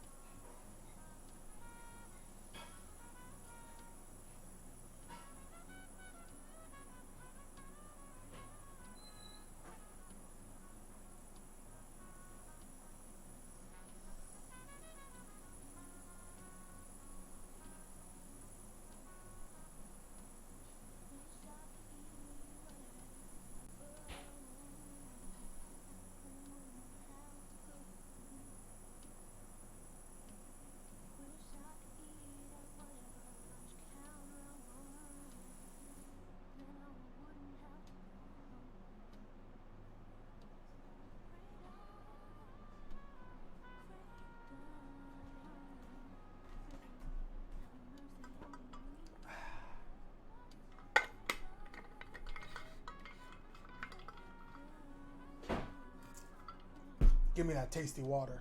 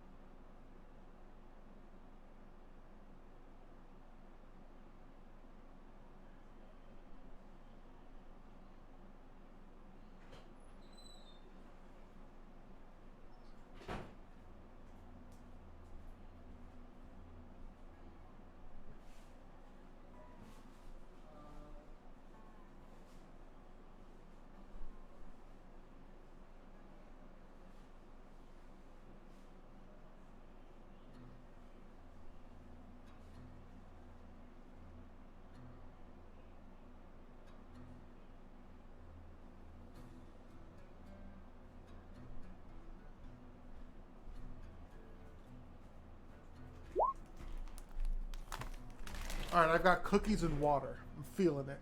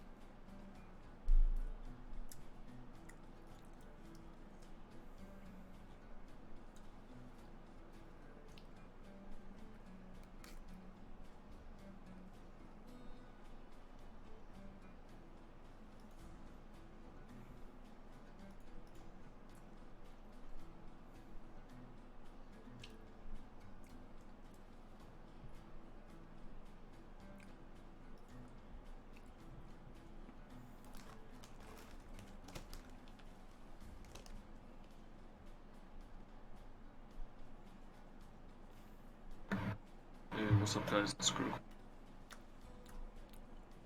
Hello, Conrad. Hello. I'm eating cookies. That's cool. I've been just hanging out, reading some Keats, listening to the session. Yeah. Very nice. Kind of glad that I chose to go last. Helped me get some shit together.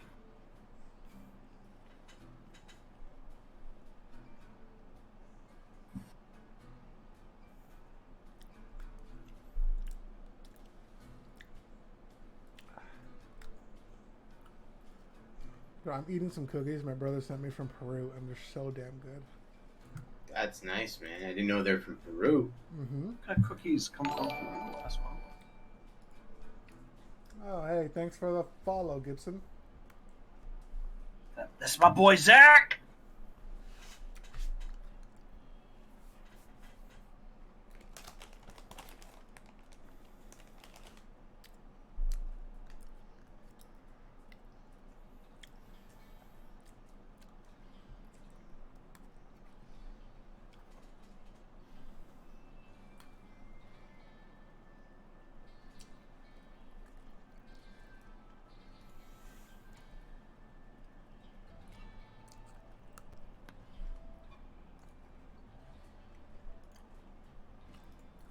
I'm going to turn this off for now.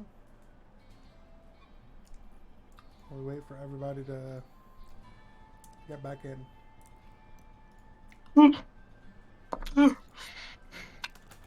Welcome back, Eli. Oh, how did you know that was me? I could see your That character could've- jumping up and down. That could have been anybody who made that One has noise. a very distinct yawn. You know what? That is actually true.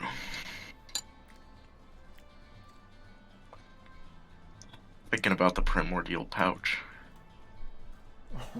What? Say that as I'm petting my cat's primordial pouch right now. It's quite an incredible piece of technology. Little flabby thing that stores that fat.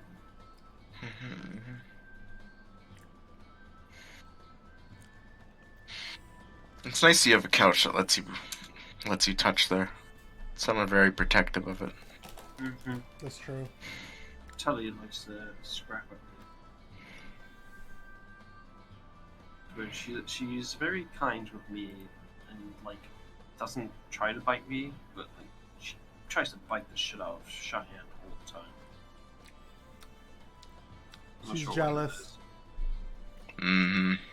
Cheyenne takes your attention away. Mm-hmm. Sucked up. Probably because I also like adopted Tully and like spent the first couple of days with her when she was just a wee baby. Your mother. And mother. Mama.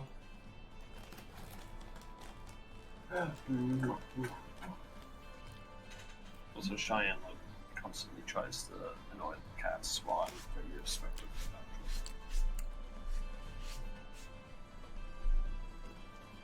that. I do that to my dog. Yeah, but dogs are like wusses compared to cats. You know? Absolutely. Dogs, like, they always come back to you no matter what. It's like, what the fuck, Mhm. dude? Stand up for yourself. Like, my God, don't be a little bitch. Literally.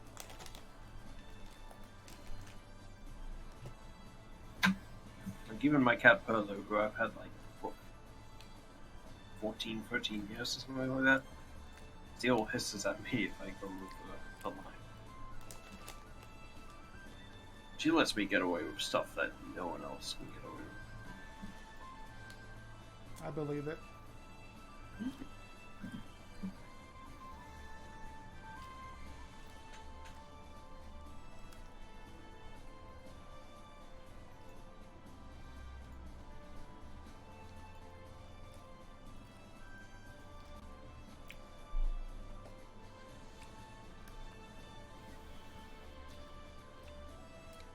Sean, are you excited for your trip to Jamaica?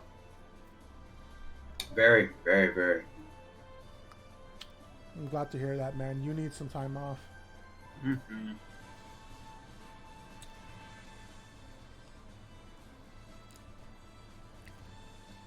Are you going for like a whole month? I think you said. Not the entire month, but basically 3 weeks. Okay.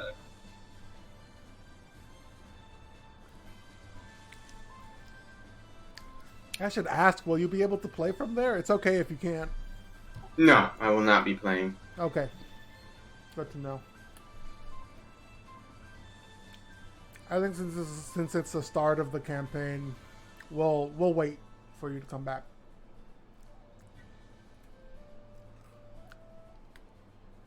It's alright. I missed like one session since it's every other week, right? So.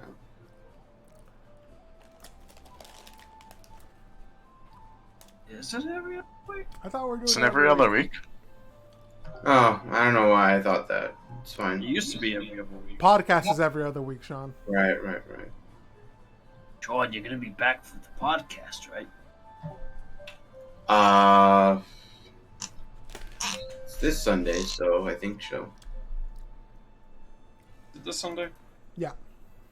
We still need to pin down a time. I thought it was July 10th for some reason. I may have said that, but I... Oh, no. You're coming on July 10th. Conrad. Oh, well, I won't be here for that. We're doing our reintroduction episode this next Sunday. Conrad, Wait, shit, what am I on? You're on the 24th. You got like a month, Eli. Sick, okay. Oh, did Sean just say he won't be around for that? No, I'm leaving the 7th. Yeah. I'm technically leaving the 7th to go to Fort Lauderdale, and then the 8th is the flight.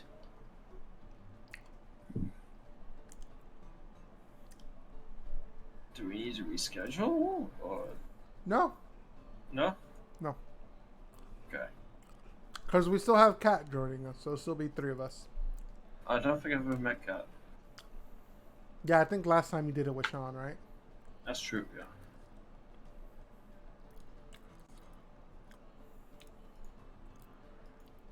Is everyone here? Yeah, I'm here. Sorry, Oh. I've been quiet. Okay, I was making sure. Is Cheyenne there? Let me yell at her real quick.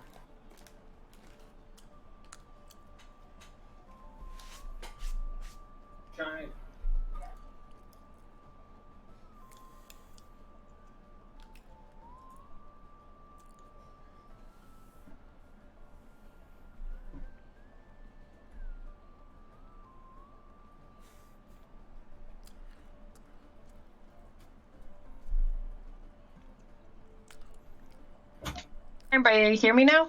Yes. Yes. Oh. Sorry about that. My thing was being weird, and so I disconnected, and then I was like, I don't even think it's turning back on. So Got disconnect, reconnect. yeah. Okay. All right. With everybody back, we can continue on with these vignettes. Up next, Sean. Why don't you go ahead and describe your character for us?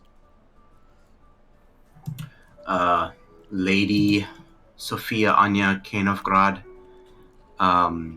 is from a little old kingdom down south where it's cold, called Krasnovia.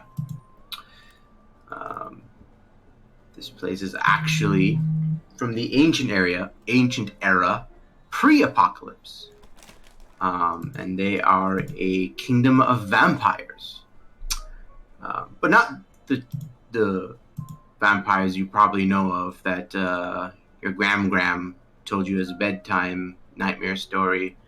They're not a curse. They're not undead. They are simply a race that survive by drinking blood. And within the ancient era, they did what they could down there. They really made this kingdom as a means to escape a lot of prejudice over, well, being a vampire, or even just drinking blood. And they just wanted to keep to themselves. Of course, with the apocalypse happening, they enchanted the kingdom with putting it into chronostasis. I don't know if that's a term or I just made that up, Gabe, but It's a term now. you sure? So everything was frozen in time until recently. I don't know how recently, but the kingdom's back, baby. And they're trying to integrate themselves into modern society. And when it concerns Lady Sophia, she just recently woke up, and unfortunately for her, she's still feeling the effects of the chronostasis, and she's nowhere as strong as she used to be. And so, but with that said, she has taken up herself to be declared. She's taken up the title of ambassador, as she will be venturing or visiting other noble countries or other nobles in general, to make a good impression for Krasnovia. Exactly. Okay. So, sorry, I'm finishing a cookie. I gotta put these away, or else I'll keep eating them.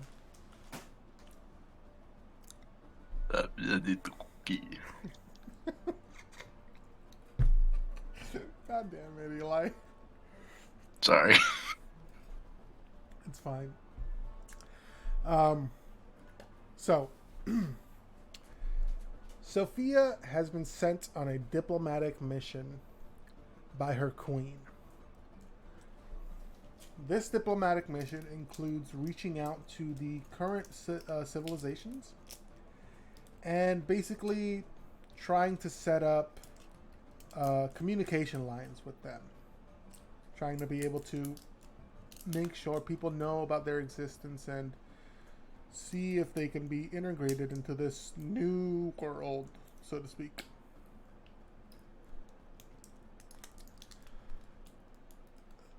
The first place that Sophia was sent to, just because they have very similar climates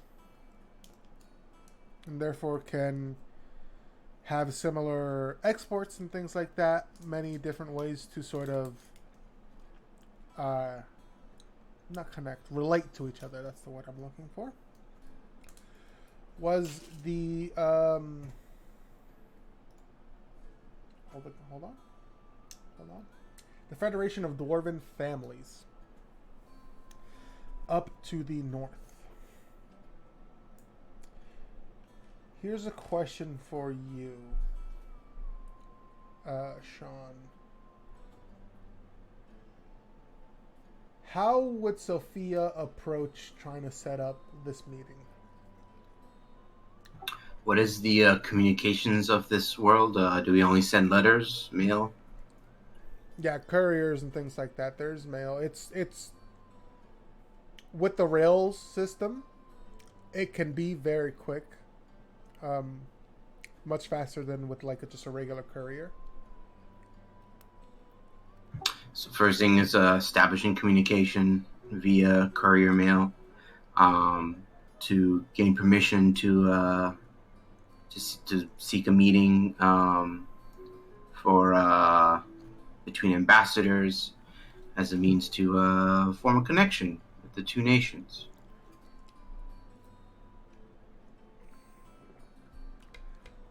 Okay. And afterwards, after they accept and schedule date and so forth, she'll head out. Would you send any like proof of, maybe not like royalty, but proof of like your civilization, basically? Because up until very recently, you guys weren't a part of like the world. Don't see that as necessary, as Sophia is the proof. No, but I'm talking about with the communication that you're sending first, the letter. That sounds really weird to me. I'm not sure what you're asking for, but as in like a proof of existence? Since they're probably like closed off, is that what you mean? Yeah, because the rest of the world is,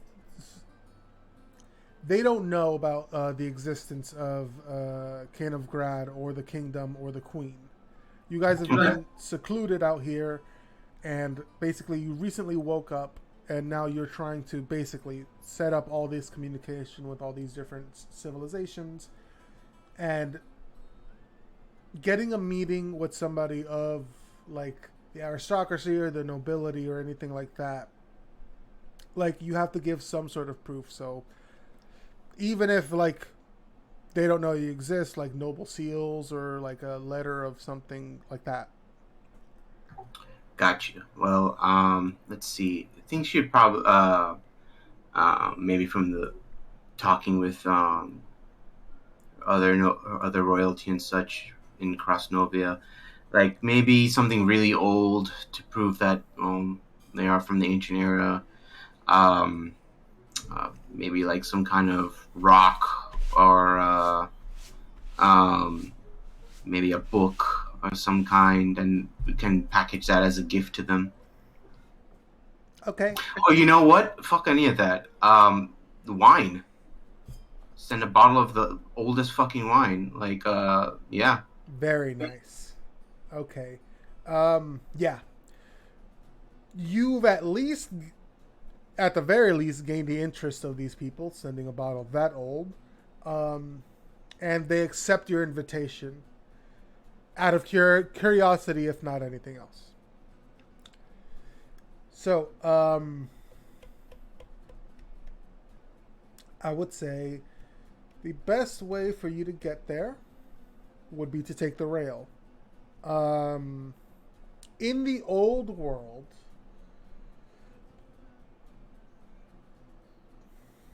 go ahead and roll a history check for me, actually, please. Sure. Oops, wrong window.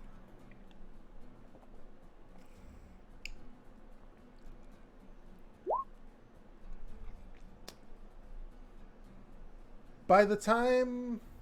Actually, how old is your character, also? I haven't established that yet. She appears 25-ish. Okay. But as for like her actual age, up in the air still. Okay. I'm going to say... Actually,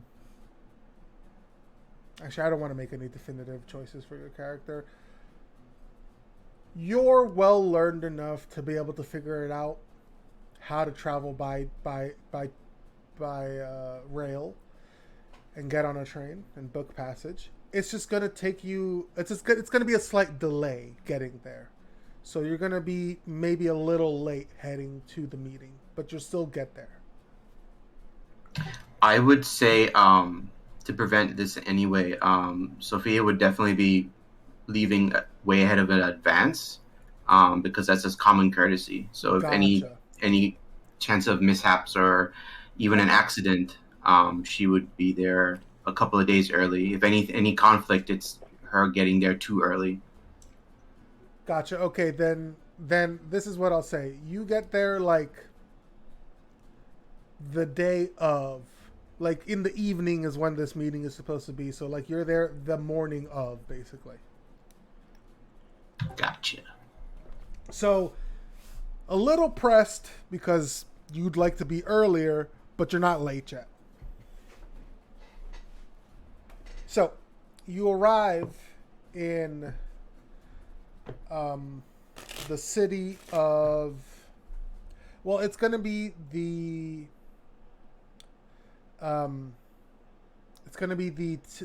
territory of Magni Bronzebeard.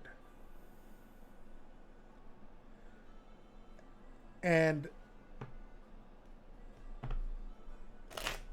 as you arrive, you have to orient yourself to the city. Part of it's built into the mountain. And so, as you head into the city, a lot of it is outside, but then there's a part of it that is literally into the mountain. So you do have to head, maybe not underground, but you're not out in open air anymore. As you walk around and you sort of examine the buildings and the architecture and things like that, it's a lot of brutalism is what I would call it as. Like very, very utilitarian in its uses. Things are built, purpose-built. There's a sort of beauty in that, where everything has its place. But there's no like extravagant markings or carvings or anything like that. The few decorations they do have are, you see sort of like glow moss and mushrooms growing on like cracks in the buildings, and you see some of them have been like patterned that way to like have a little bit of color and a little bit of creativity in different houses to tell them apart and things like that. Okay. Architecture is not to her taste, but she respects it. Mm-hmm. Eventually, she makes her way to the keep, where she's greeted by the guards, and after she explains herself, she meets the current ambassador, whose name is Torvald Bronzebeard. He's a stout dwarf, maybe 4.5 feet tall. He's got a big sort of like rusty red beard tied into one long braid. You see into the braid is woven what looks to be some like gold chains. And you can see some like bands around parts of the braid as well. You see he's dressed in very sort of simple clothing. And his jewelry seems to be maybe like how they express themselves more than clothing. They look up at you and smile and say, "That was very nice." Why? I am pleased to hear that you enjoyed the wine. You see, they smile and lead you in into a waiting room. Where you guys both he takes a seat on a chair and invites you to sit as well. It's this big, comfy chairs, high-backed. Around the room, you can see there's some bookshelves and some, like, very plain decorations and things like that. A fireplace as well, so it's nice and toasty in here. And he smiles. So, an entire country just come out of the woodwork like that. That is incredible. I appreciate your appreciation. However, before we begin this meeting, she'll take out another small bottle of like a different kind of wine, and present it. This is personally for you, Torvald. Oh, you are too kind to me. He reaches out very gingerly, takes it, examines the bottle. Oh, truly, you are too kind.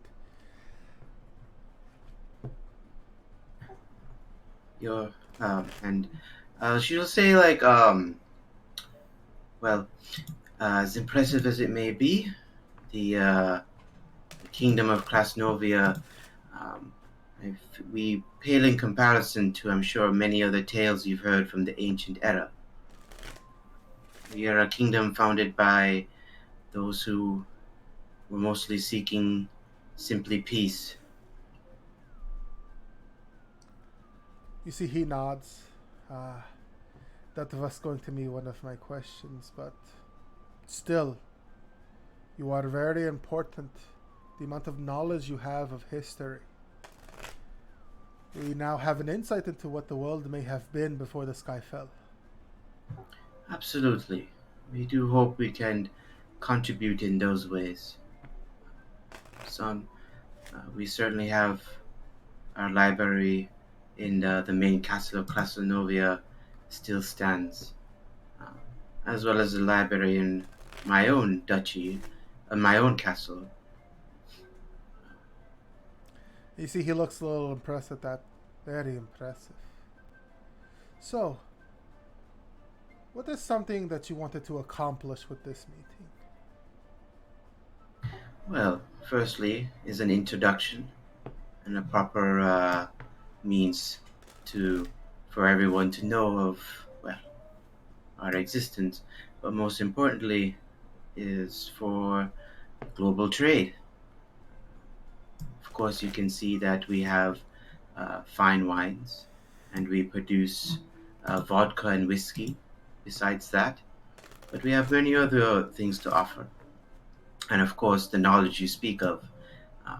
Perhaps some kind of education program we can establish between our nations. You send students, archaeologists perhaps, or any other kind of scholars, spellcasters included, and they can come and learn. If anything, we will specialize mostly in alchemy. After all, we've created synthetic blood. His eyes go like a little wide at that. Synthetic blood. Yes. Of course, I'm sure the people of this age can simply cast a healing spell or the like to be rid of any disease or wounds, but the synthetic blood will still benefit those who do not have such access. He looks really impressed. That is incredible. That could mean a lot for medicine. We do hope that we can bring this. And at that point, Sophia falls asleep. He looks at her, a little confused, sort of like walks over, very gently, very gingerly, just like nudges her shoulder. Oh, I do apologize, Torvald. I I still have some effects from the chronostasis, narcolepsy. I'm told it's called. Oh, such a burden. Nothing that I can't manage. I apologize. Well, you'll be happy to know that the leader of our family, the head of our family, he's not a king, but he holds much sway within the dwarven families. You speak of Magni. Magni, yes. He is interested in meeting you. Oh, that would be an honor, Torvald. I must ask, are you perhaps related? I know you share the name Bronzebeard with Magni. I am a cousin. Distant, not so distant, but I'm not in line for the throne or anything. Ah, I understand. Us in Krasnovia, we have quite a web of a family line, a royal bloodline. We can understand that. Many of the dwarven families have mixed over years, and a lot of them are intertwined with others. Some rise, some fall. It's all a mix. You never know what might happen. Sophia will just nod and smile. Indeed, it is much like that in the line of the Queen's royal bloodline. It's interesting. Another thing we can bond over.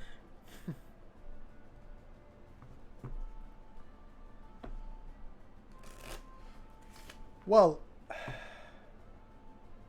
he kind of thinks for a moment. We weren't sure and we didn't want to offend. Do you eat? Do we eat food? Yes, typical food. Ah, yes, indeed we can. We don't have to, but enjoying the pleasures of fine cooking is part of being, I want a term for, like, not humanity, but I don't know, mortality? Mortality, yeah, that's a good one. Of course, we tend to cook with blood. The synthetic blood in particular, we have adapted to cooking. Very interesting. We had prepared a goat for you if you needed to have lifeblood, but we also have food as well. We wanted to be ready. Oh, thank you. But I much prefer. I fear I have not drank living blood in so long that I don't even know how it tastes. I just rather use the synthetic blood that we've created. It was based on this concept of tofu, made from a very long another land in during the ancient era. One of our ancestors came from there. How interesting. Never heard Indeed. of anything like that. Indeed. Our synthetic blood can be tasteless or have different flavors. He nods. Well, the king would like to meet with you in about half an hour. There's a meal planned, so if you would like to, we can put some of your blood on a dish for you. We can also have regular food with you as well, whatever your preference is. Oh, well, I much appreciate you trying to accommodate for me. That is very honorable and kind of you. But fear not, I will eat whatever you have prepared, and I simply have, and she pulls out a little bottle of synthetic blood hot sauce. He nods, looking intrigued. Wow. Truly, I think we will learn much from each other. Indeed. All right. So, is there anything you want to do with the half hour before you meet the king? Let's just call him a king. Sophia would definitely want to see if she could go around and look around and explore this new land, but she's also mostly really anxious about falling asleep somewhere. So she's gonna be more prepared, focus on the preparation, and she's just gonna wait wherever, and most likely she'll fall asleep wherever she waits. Okay. Somewhere where maybe Torvald or any other assistant would just be able to nudge her. Yeah. So, like you said, you do fall asleep. You're in another sitting room to the side, where they have you waiting. There's plenty of whatever you might need. Like 5 minutes before the dinner is supposed to happen, you see Torvald very gently shakes you awake and says, it's almost time. Come, join us. Oh, thank you. And so he leads you into this grand hall.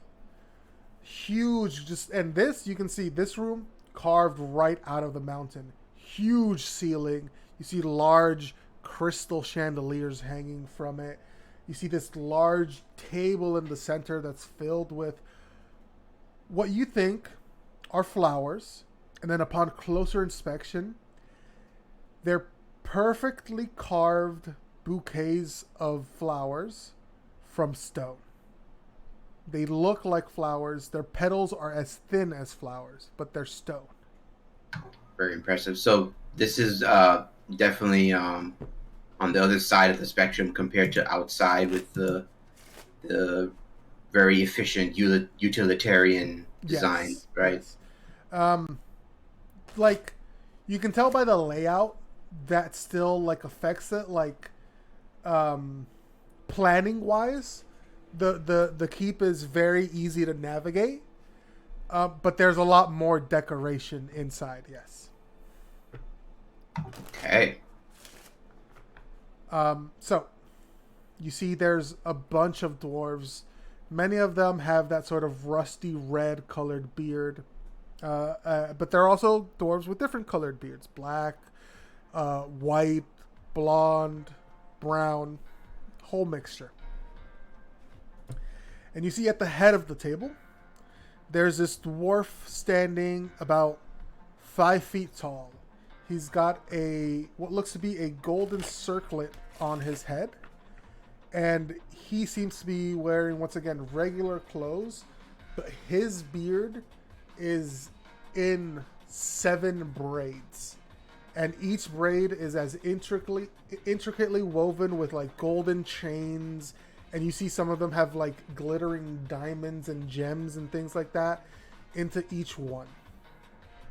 And he's sitting up there and he motions for Torvald and you to come towards him. Very extravagant. Very, very extravagant. Yeah, of course I'm going to head towards him. Okay. He smiles. And he looks at you and he says, it is very nice to meet you. I am Magni. And you must be Lady Sophia. And he sort of gives you like a very polite bow. Definitely bow back. Yeah. He motions to the seat next to you. And then Torvald gets a seat on his other side. Nice. All right, yeah. All right, so as dinner's being served, you see a mixture of gnomes and dwarves sort of serving food out to the table. A lot of meat. There's a lot of ales as well. You see there are a lot of tubers being served and some fresh-looking vegetables as well. So, food aside, I'd like to make an insight check on these waiters. Like, Sophia's really looking for how the more common folk would be treated. Okay.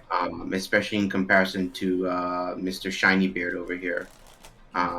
She wants to look like do they look like really anxious, like they have to be perfect? Do they look like excessively stressed or anything like that? Go ahead and roll that insight check for me, please. So as you look around and as they're serving you, there is not nervousness. There's like an anxiousness in the air. But as you look around and tell, a lot of eyes are just, and even of like the people serving food, they're flicking towards you. Seems like news has spread about you. And there's a lot of attention being sent your way. The waiters don't seem particularly nervous. They don't seem particularly like haggard. All of them seem like to be standing tall and proud, and they seem to be doing good jobs.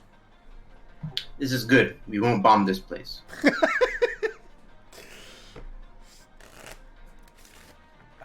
Yeah, as the food is, every time a waiter serves anything for Sophia, she makes eye contact with them, smiles and nods, and says thank you.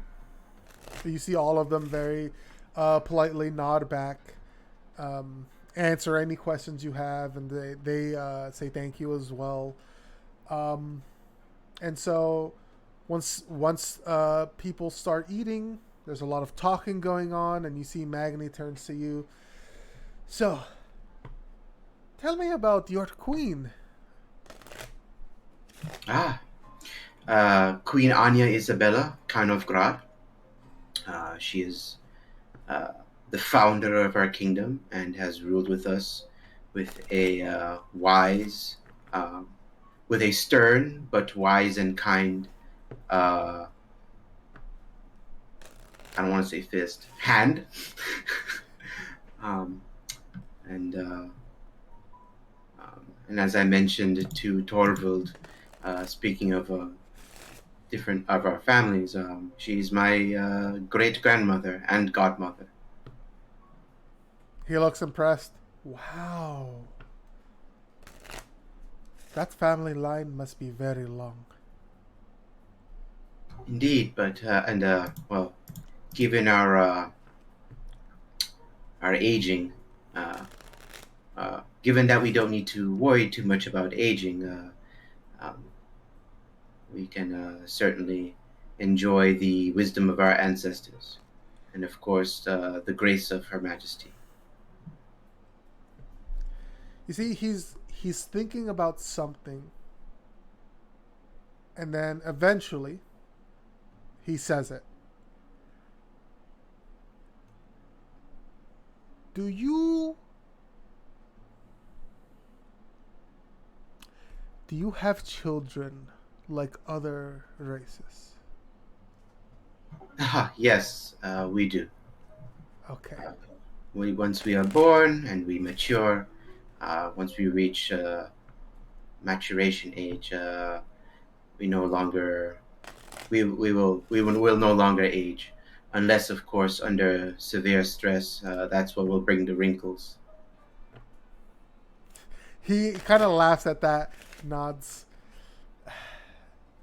As long as we dwarfs live, every person in a position of authority knows that stress can bring many wrinkles.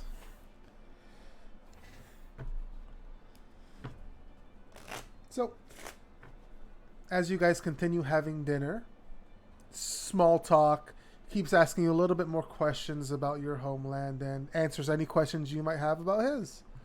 Seems like nice. A very nice dinner, very diplomatic. By the time the dessert courses are being sent around, he sort of like even slid his chair a little closer to you to talk to you, even like a little more casually. The ale's been flowing and he's been drinking a little more. His lips are getting a little bit looser. Nice. I'm sorry. He smiles and you picked the right people to reach out to first. I mean, listen, the free cities are great. We love them. But us dwarves, we know how to treat people right, and we have good connections. Sophia smiles and nods. That is exactly why we chose to come here first. And we'll always remember you as our very first friends in this new age. He smiles and nods and says, see, the problem with the free cities is you're going to have to deal with all of their saints. They love their saints down here. We love our saints up here too. Do not get me wrong. But how do I put this? Our memories are longer, our lives are a little bit longer, our blood runs a little thicker. We have greater memories of the saints as the people they were. The mortals of the free cities, their history is not as quite long-lived as ours. So their saints are put on a higher pedestal, much more deified. So that's something you're going to have to learn about. With I can imagine for their shorter lifespan, as time goes on, these saints they're less and less mortal and more deified. He nods. That's exactly what it is. What becomes factual history is changed along with their legend. I can imagine they're viewed beyond any paragon. He nods again. Something you're going to have to deal with. There's a city to our south. It is called. Oh, let me remember. I am not so good with the trade cities. Give me a moment. It is called Atalicia. The two biggest saints of that city are. Hold on.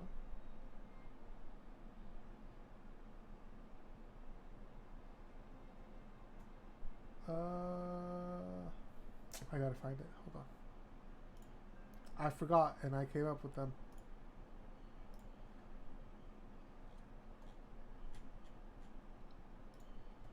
There it is. Saint Mosrosin. They helped protect the city when the sky fell. And the other saint,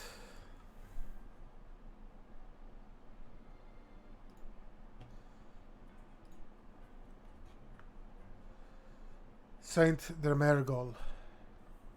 Marigold? Dremergol. Dremergol. She, if I remember correctly, she pushed away the demons with fire. That's what it was. No, I hear rumblings. Not yet confirmed, but there's going to be a wedding between those two families soon. Oh, there are descendants of the saints alive today? Yes. Their lineage is very important to them. This is very interesting to me. Krasnovia is not exactly a religious kingdom. However, I suppose we do have what you could call a saint, who we named the Red Dancer. I'm curious. Perhaps the free cities, if they are so involved with religion, would it be imposing upon us to establish the Red Dancer as our own saint? Not at all. All saints are important, and no one is forced to worship anyone. You are free to worship who you like. Or none at all. This is good to know. Well, in that case as well, that would make me of saint bloodline as well. Ah, interesting. In Krasnovia, we separate our royalty and our nobility. The royalty is who's descended from the Red Dancer, who is the queen. Any of her descendants, direct descendants, are royal.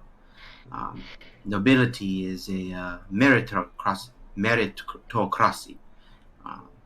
If you obtain the merit through hard work, usually through knighthood, then you can become a noble. Wow. Very interesting. You know, talking with those saints up in Atalicia, or down in Atalicia, it'd be a good chance for you to get an in with them and try and set up that Red Dancer. your saint. I think I will be getting an invite to that wedding. If you'd like, you could accompany me. Oh, well, that's very kind of you, sir. Are you sure you want to spend your +1 on me? He smiles. I think you are very good company. It is an honor, King Magni. Perfect.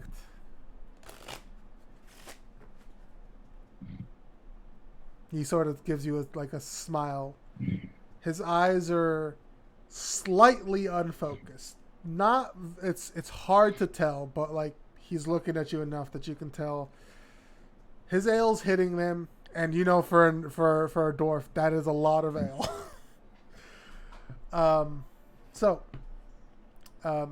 Eventually, the night comes to a close. They offer to put you up for as long as you'd like to stay, and ask if there are any messages you'd like to send. They can get that sent, or if you have a way to communicate, you feel free to do so. Okay, great. Yeah. Sophia would definitely send the progress note, the progress report, very detailed, back to the kingdom.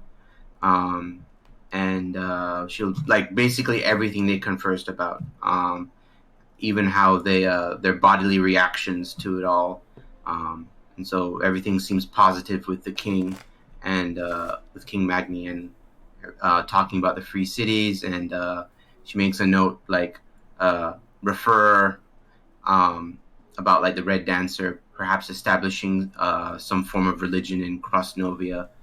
But yeah, after that, she'll definitely plan to probably stay one day, so she can try to explore the city some.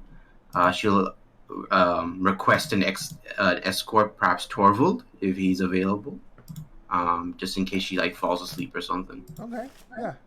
They're happy to do that for you. Yeah, nice. And after that, she's just gonna head straight to the Free City. Actually, I don't know how long does it take for messages to come back and forth. I would say from Krasnovia to here. The good thing about that is it's just a cargo train. It wouldn't have to take many stops. I would say round trip would be 12 days. Okay. Let's see. I don't think Sophia would probably be the type to let's get going. Yeah. If you'd want, I'd allow you to have sending stones that you and the queen have. Okay, if you allow that, then for sure. Yeah. In that case, when she's conversing with Grandma, she'd be much more casual, and was like, "Oh yeah, I'm sending out the progress note. I'm gonna spend a day here, to see the city for a while, and then I'm heading over to the Free Cities." Okay. She responds, "Let me know if anything catches your eye. I'm happy that it's going well, and keep an eye out for any souvenirs for me." I will try.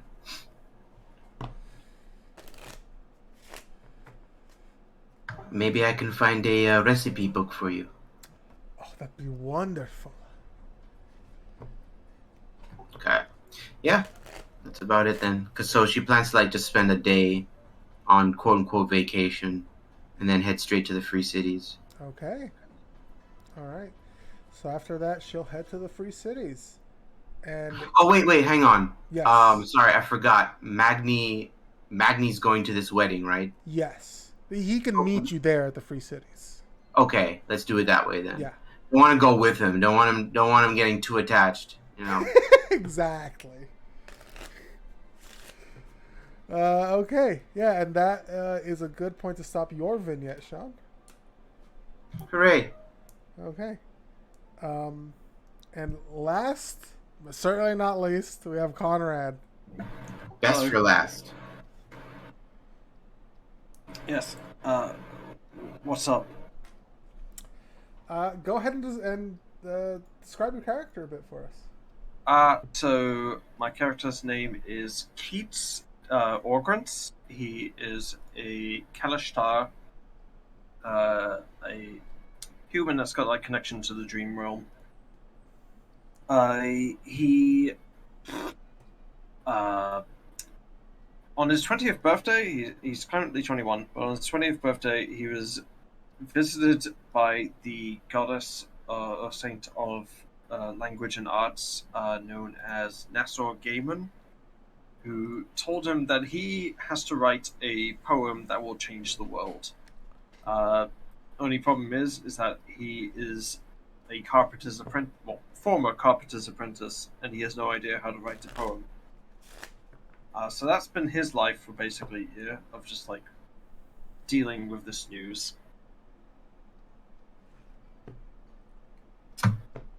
Anything else you need? I'm trying to think if there's anything else specifically I need. Yeah, actually, yes, I do. What would be some of the steps he would have taken to try and start, like, working on this?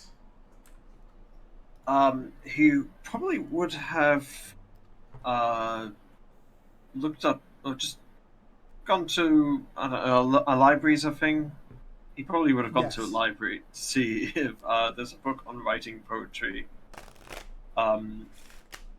This was recently. He took the whole year of his 20th birthday off because he did not really take this seriously until it began like weighing on his mind way too much that he got fired from his apprenticeship.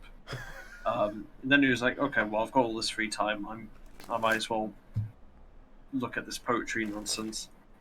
So he's gone to the library, he's looked up a book of poetry, checked out some of Gaiman's poetry books that have been published, and he's been looking over them and reading those nonstop and trying to figure out, like, how does one even get about this task? Okay. To no avail, really. He doesn't quite get it. Okay. So, I'm going to say you probably grew up and were living in, like, a smaller town. Not small, just smaller. Sure. So you'd probably have to go to, like, one of the bigger free cities. I'm going to say New Flares is where you went. How do you spell that? Ask Cheyenne. She made up the name. Okay. I'll hit her up later. It's there. It's there in chat. If you scroll up a little bit. Yeah, no, it's New Glarus, but with an F. Oh, perfect. Wisconsin represent. Yeah. Yeah, that's it. Okay.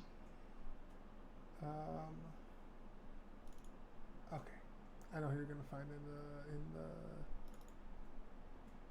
Oh shit! That's not. I don't need to open that there. There we go. Okay, so as you're sort of studying in the library, reading all these books and things like that, you eventually, like, you basically, like, make a name for yourself as, like, this guy who just keeps coming day after day to read these, like, classics, basically. And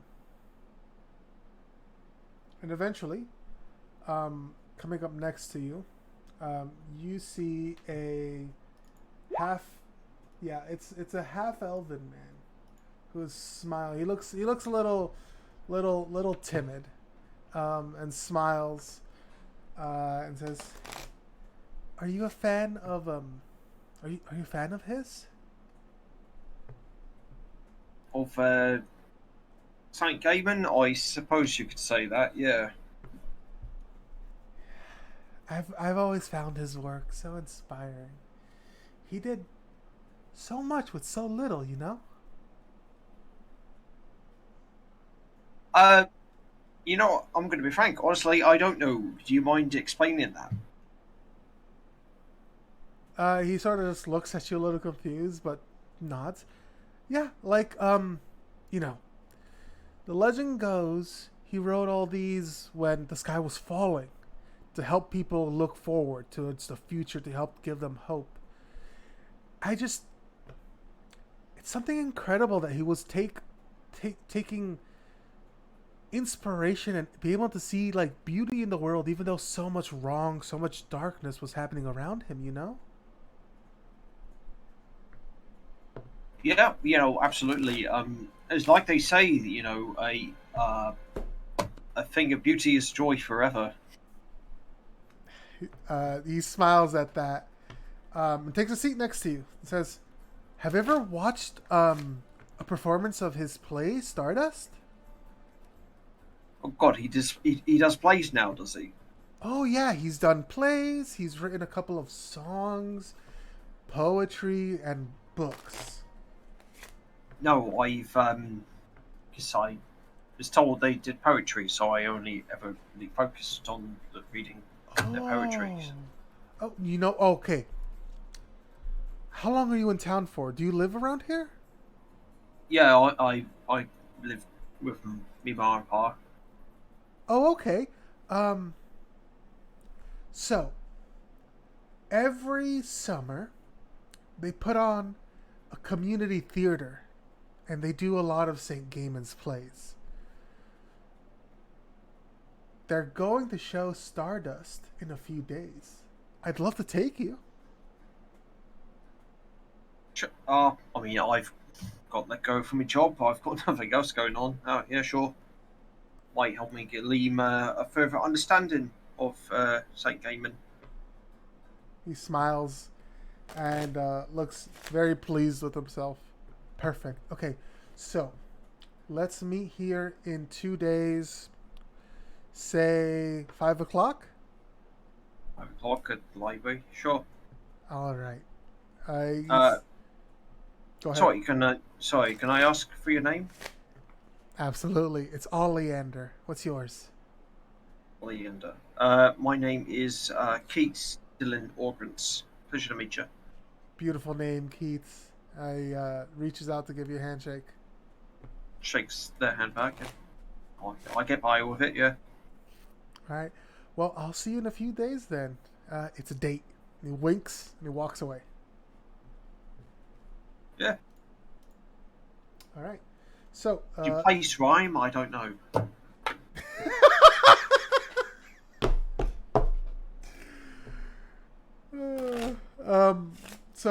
The day comes. You've studied a little bit more about Saint Gaiman. You've read not just his, or I guess, would you have gone out to read any of his non poetry works? After being told that he has done some non-rhyming works, yeah, I think he would have tried to find that. Okay, yeah. So after reading some of your works, you see that Saint Gaiman had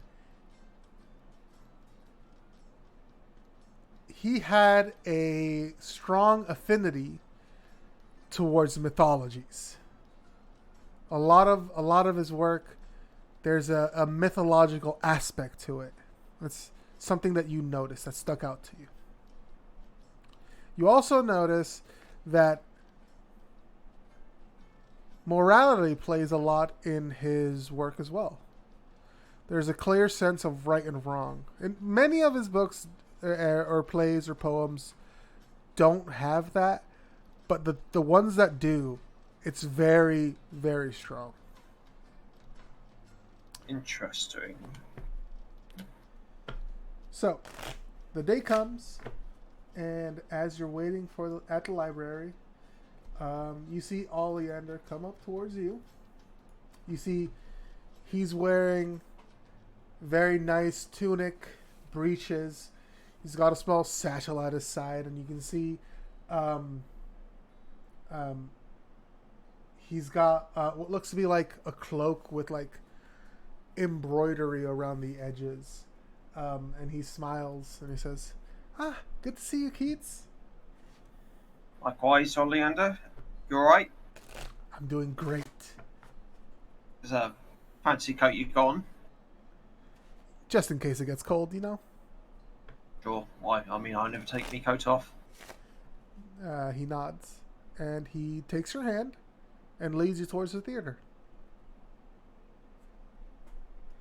Is that normal? Is hand holding on these things normal? He looks at you. What do you mean? No, I just, no one's ever really asked me I want to like see a play or anything like that before. Just wondering the customs. You see, he just smiles at you.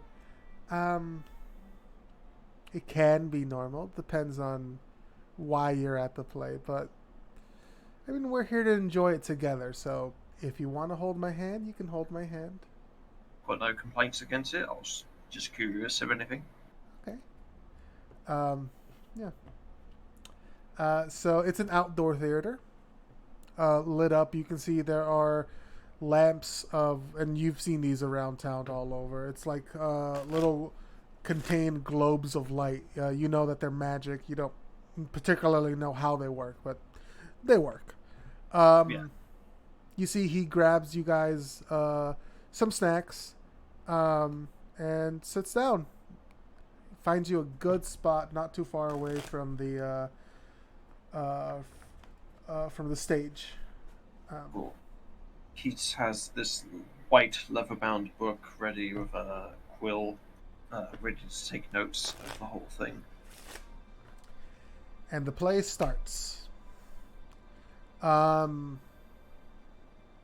Keats has like some training in acting, right? I think like official, just like maybe he's overheard, like he walked by a theater outside and overheard like the roar of the crowd and maybe catching some lines, but he's never been officially trained in the art of acting. Okay. He just has like basic idea of it. Go ahead and roll an insight check for me then.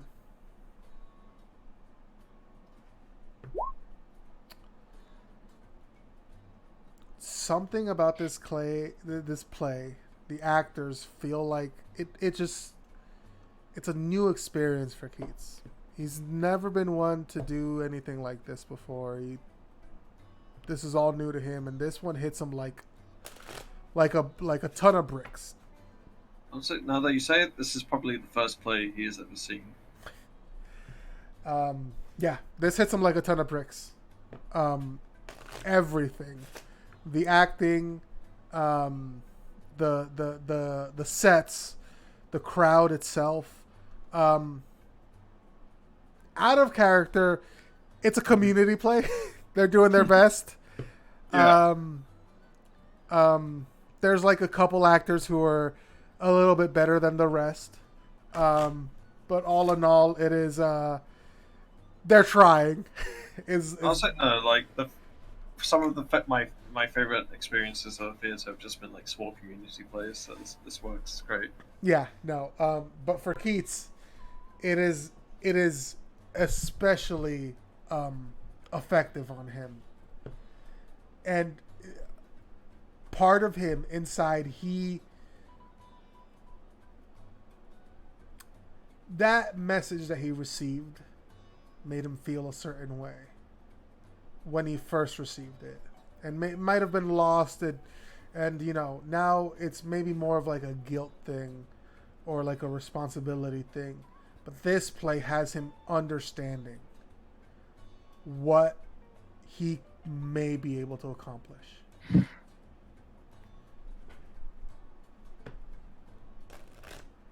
Okay, yeah.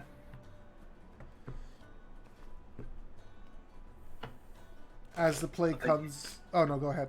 Yeah, he while he was ready to, like, write down stuff in his book, like, he was just so enraptured with the play that he has the book and quill in his hand, but they never actually meet.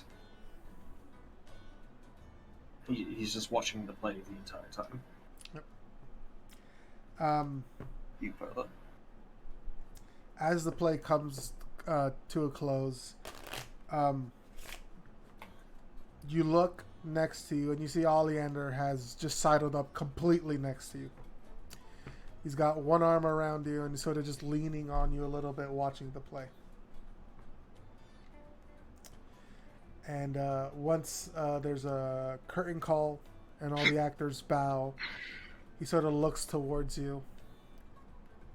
Did you enjoy that? Probably the best thing I've ever seen in my life, honestly. See, there's a huge smile on his face. I'm glad I could share your first enjoyment of this play. St. Gaiman really went... It was just something incredible. Yeah, I actually don't have any words for this. This was something special.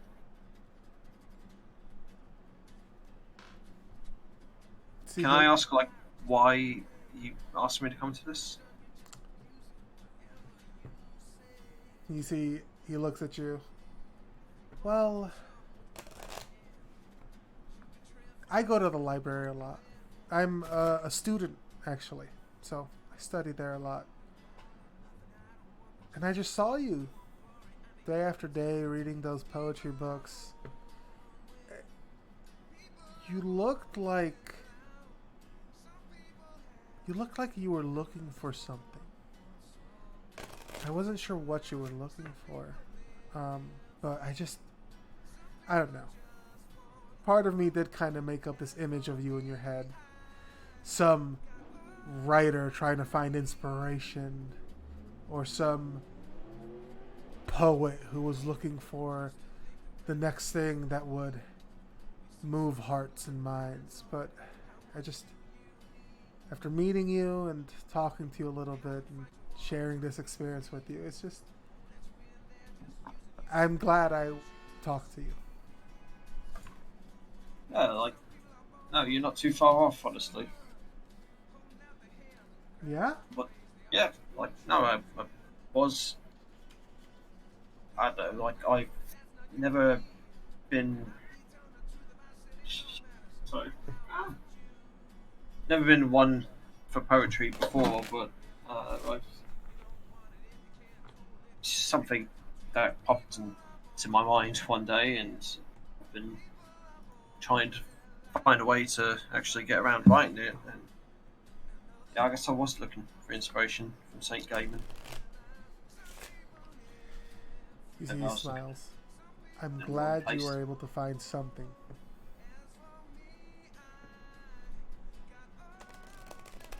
I wasn't ever really experiencing life before.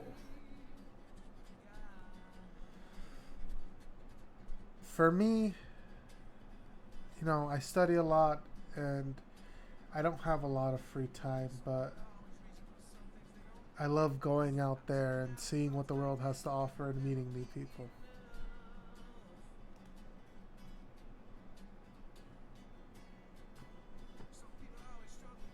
Yeah. No, I think that's exactly, I think, what I need to do. Just get out there more, Yeah. He gives you another look. Do you want to go grab a drink? Never want to say no to that, yeah. Smiles and leads you to the local bar where you guys have a few drinks. Is there anything you might want to talk about with them while you're drinking? I would like to know more about Oleander, where they're from, what they're studying. I actually grew up sort of between two homes. My mom and my dad, they had to live apart. It's complicated, but I sort of lived in Cajamarca and in the Free Cities. Between the two, sometimes I spend a year out east, sometimes I spend a year over here. So lots of traveling. But eventually, as I became of age, I traveled here to New Flaris to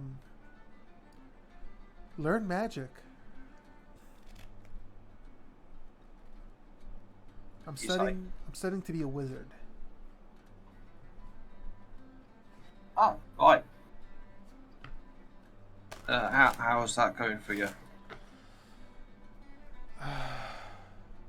It's not easy. He laughs a little bit. There's a lot to learn, and a lot that still hasn't even been discovered yet. But it's worth it, I think. You know, we have to use what the saints provided for us, and I'm not gonna waste Saint Quentin's sacrifice. He did a great thing. Yes. Keats takes like a sheepish drink, knowing that he can kind of do magic, but not from studying super hard. So that's what I'm doing.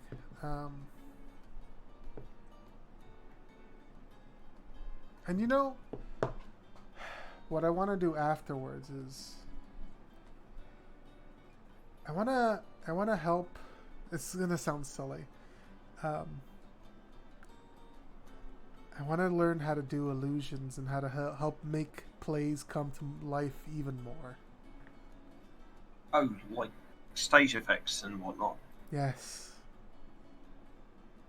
I think Keats, wanting to impress, does like a little prestidigitation trick in his palm, just like a little burst of light or something like that. He looks at you. Wow, I didn't know you could cast magic as well. You see, he like puts his hand out and does his own little prestidigitation. Yes, it's not much, but you know, I can do one or two things. That's pretty interesting. Mm. See, he sort of like leans forward and puts his chin in his hand, looking at you.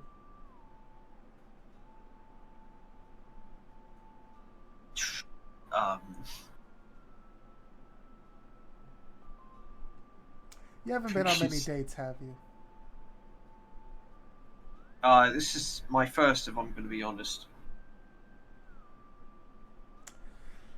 I'm glad I could be your first play and your first date.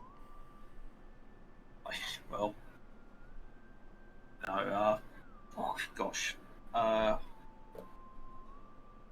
this, you know, you might just fall for you right here, honestly. He laughs, looks at you. I think you've got a lot of traveling to do, but I'll be here, and you're always welcome to visit. Right. Yeah, I think I've got to go learn some stuff about poetry first before I get about to anything. Got a big job to do. Yeah. I think I'm going to hear more about you. I've got a feeling. You think? Yeah.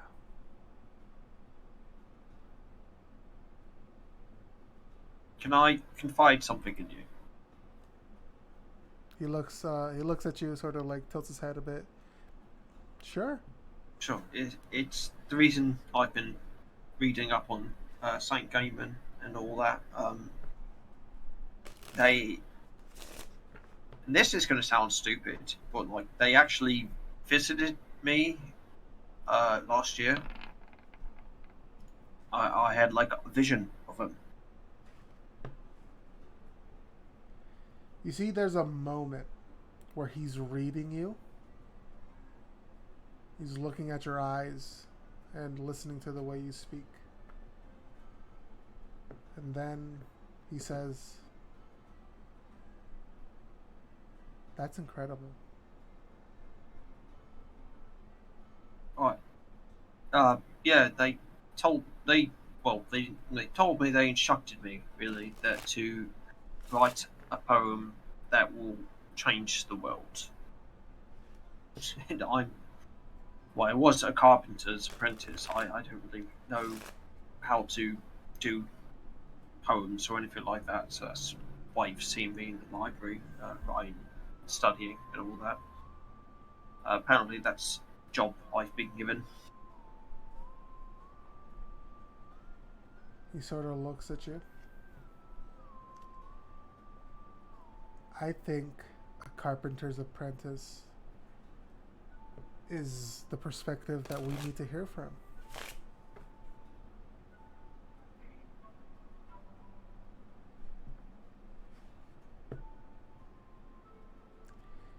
You see, I don't know a single thing about anything, really.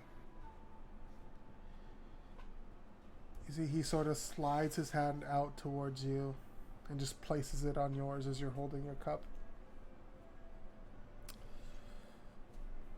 You'll learn.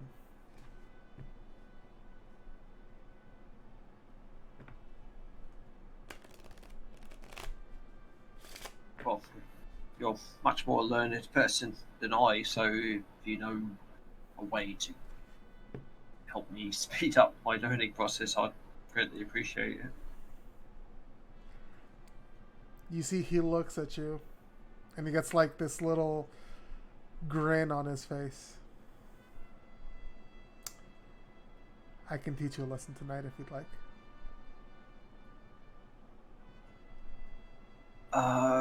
Well, as I have learned, nothing ever becomes real till it is experienced. So, yes, I'd like to learn. He nods, stands up, he puts a couple of silver pieces on the table, pulls you up, and gives you a kiss on your lips. What kids does not know how to react to that? But the most natural thing would be to kiss back. Okay. As you guys kiss in this bar, for a few moments, it's just you two in the world. Cheyenne! It's just you two in the world. No one else. You just feel Oleander in his embrace. And then he pulls away, smiles, and takes your hand. Now, he says, now let's go back to my place and we can continue this lesson. Oh, yeah, my parents probably wouldn't be too keen to hear about anything about this. So, yeah, this is fine. Let's go back to yours, yeah. And you guys spend the night together, learning lessons. Cool, I was not expecting this for my vignette. I wasn't either, Conrad! I'm all for it, man. Yeah. Nice. So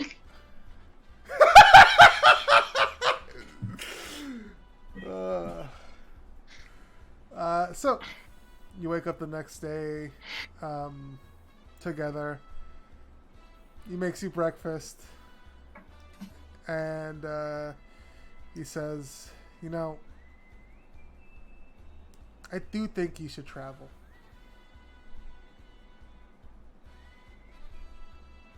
Can't give me a night like that and then say something like that, Listen, no, I'm not saying I want to get rid of you. But if what you said is true, and I do believe what you said is true, you should go experience the world that you're going to change with that poem. That's right, yeah. I mean, what much can I do? Just a carpenter apprentice who hangs out in libraries. I mean, who wants to hear that perspective, right? Besides you, I mean, no offense. Listen, I love that perspective. But the rest of the world, you should see it. And like I said, he walks up to you and Sort of just cups your cheek in his hand. I'll be here. I'm not going anywhere. Promise? Promise. I'll learn eventually how to send you messages. So you'll get updates from me. You're gonna hate me for this, but I kind of already know how to do that. Really? Yeah. Well, listen. You were chosen by Saint Gaiman. He's gonna give you some things.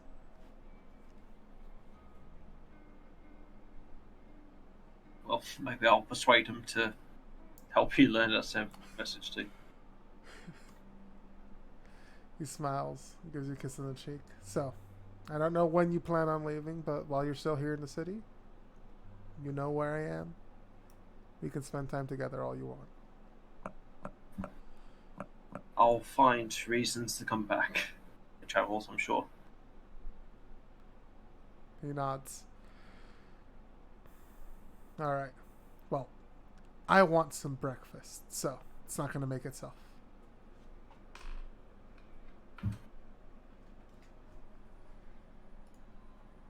And you guys have a good morning together.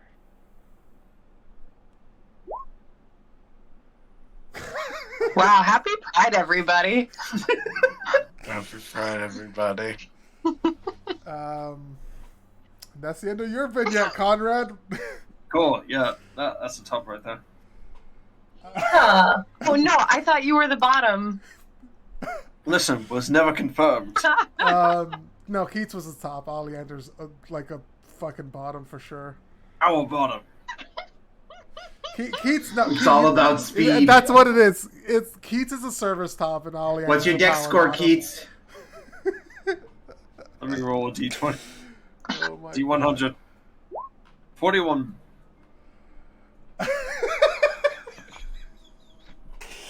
Maybe it looks like maybe there's a little bit of a switch.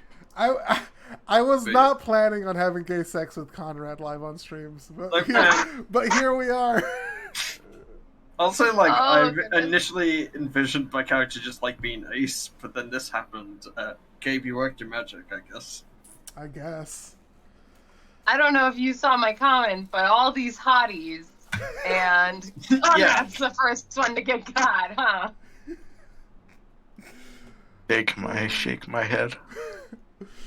Listen, you guys all had your chances. Because I rolled a nat 20 at the beginning. No, that's what it was. The nat 20 got you laid. My chance to get laid was somewhere after I broke my leg. Yeah, I think so.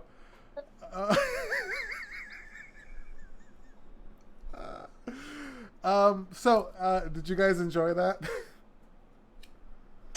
Yeah, I did.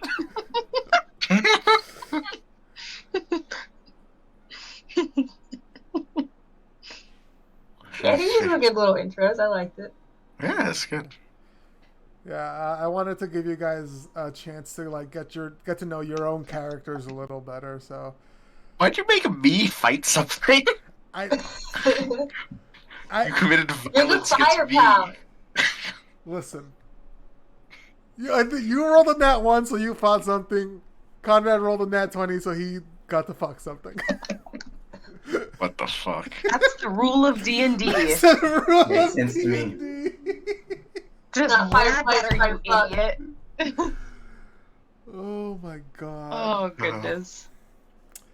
I love all of your characters, by the way. They're all so good.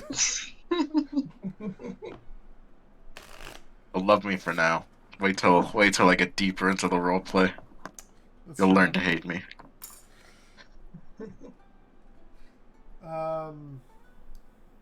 Okay. So, first session, everybody's gonna get a point of inspiration. Woo! Yeah, but no. And then I want to do an RP vote. So you guys vote to who gets another point of inspiration for this session. I mean, I'm thinking Conrad for getting laid. I will say Eli for getting his leg broke. Thank you. Happy Pride to all the leg breakers out there.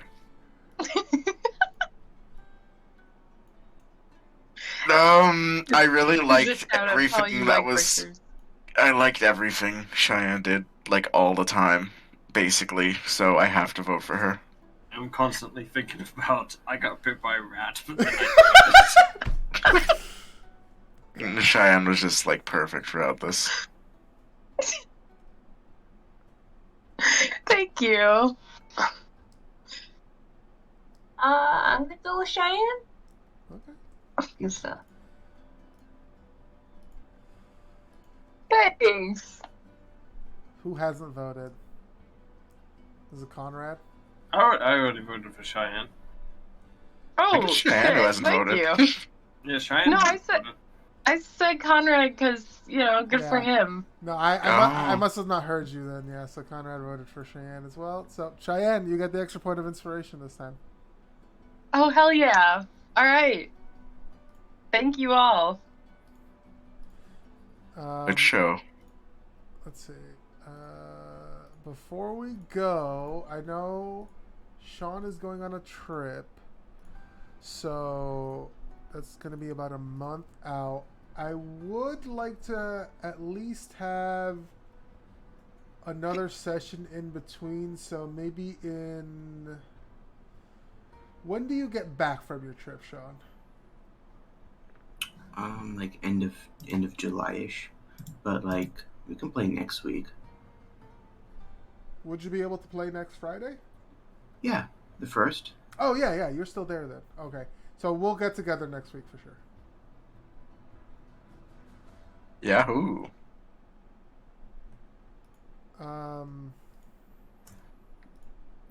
Yeah, we'll get together. Traumatizing me by having me experience my first love and forced repeating on an adventure. I can't believe I seduced Keats. It was super easy. It was extremely easy, actually.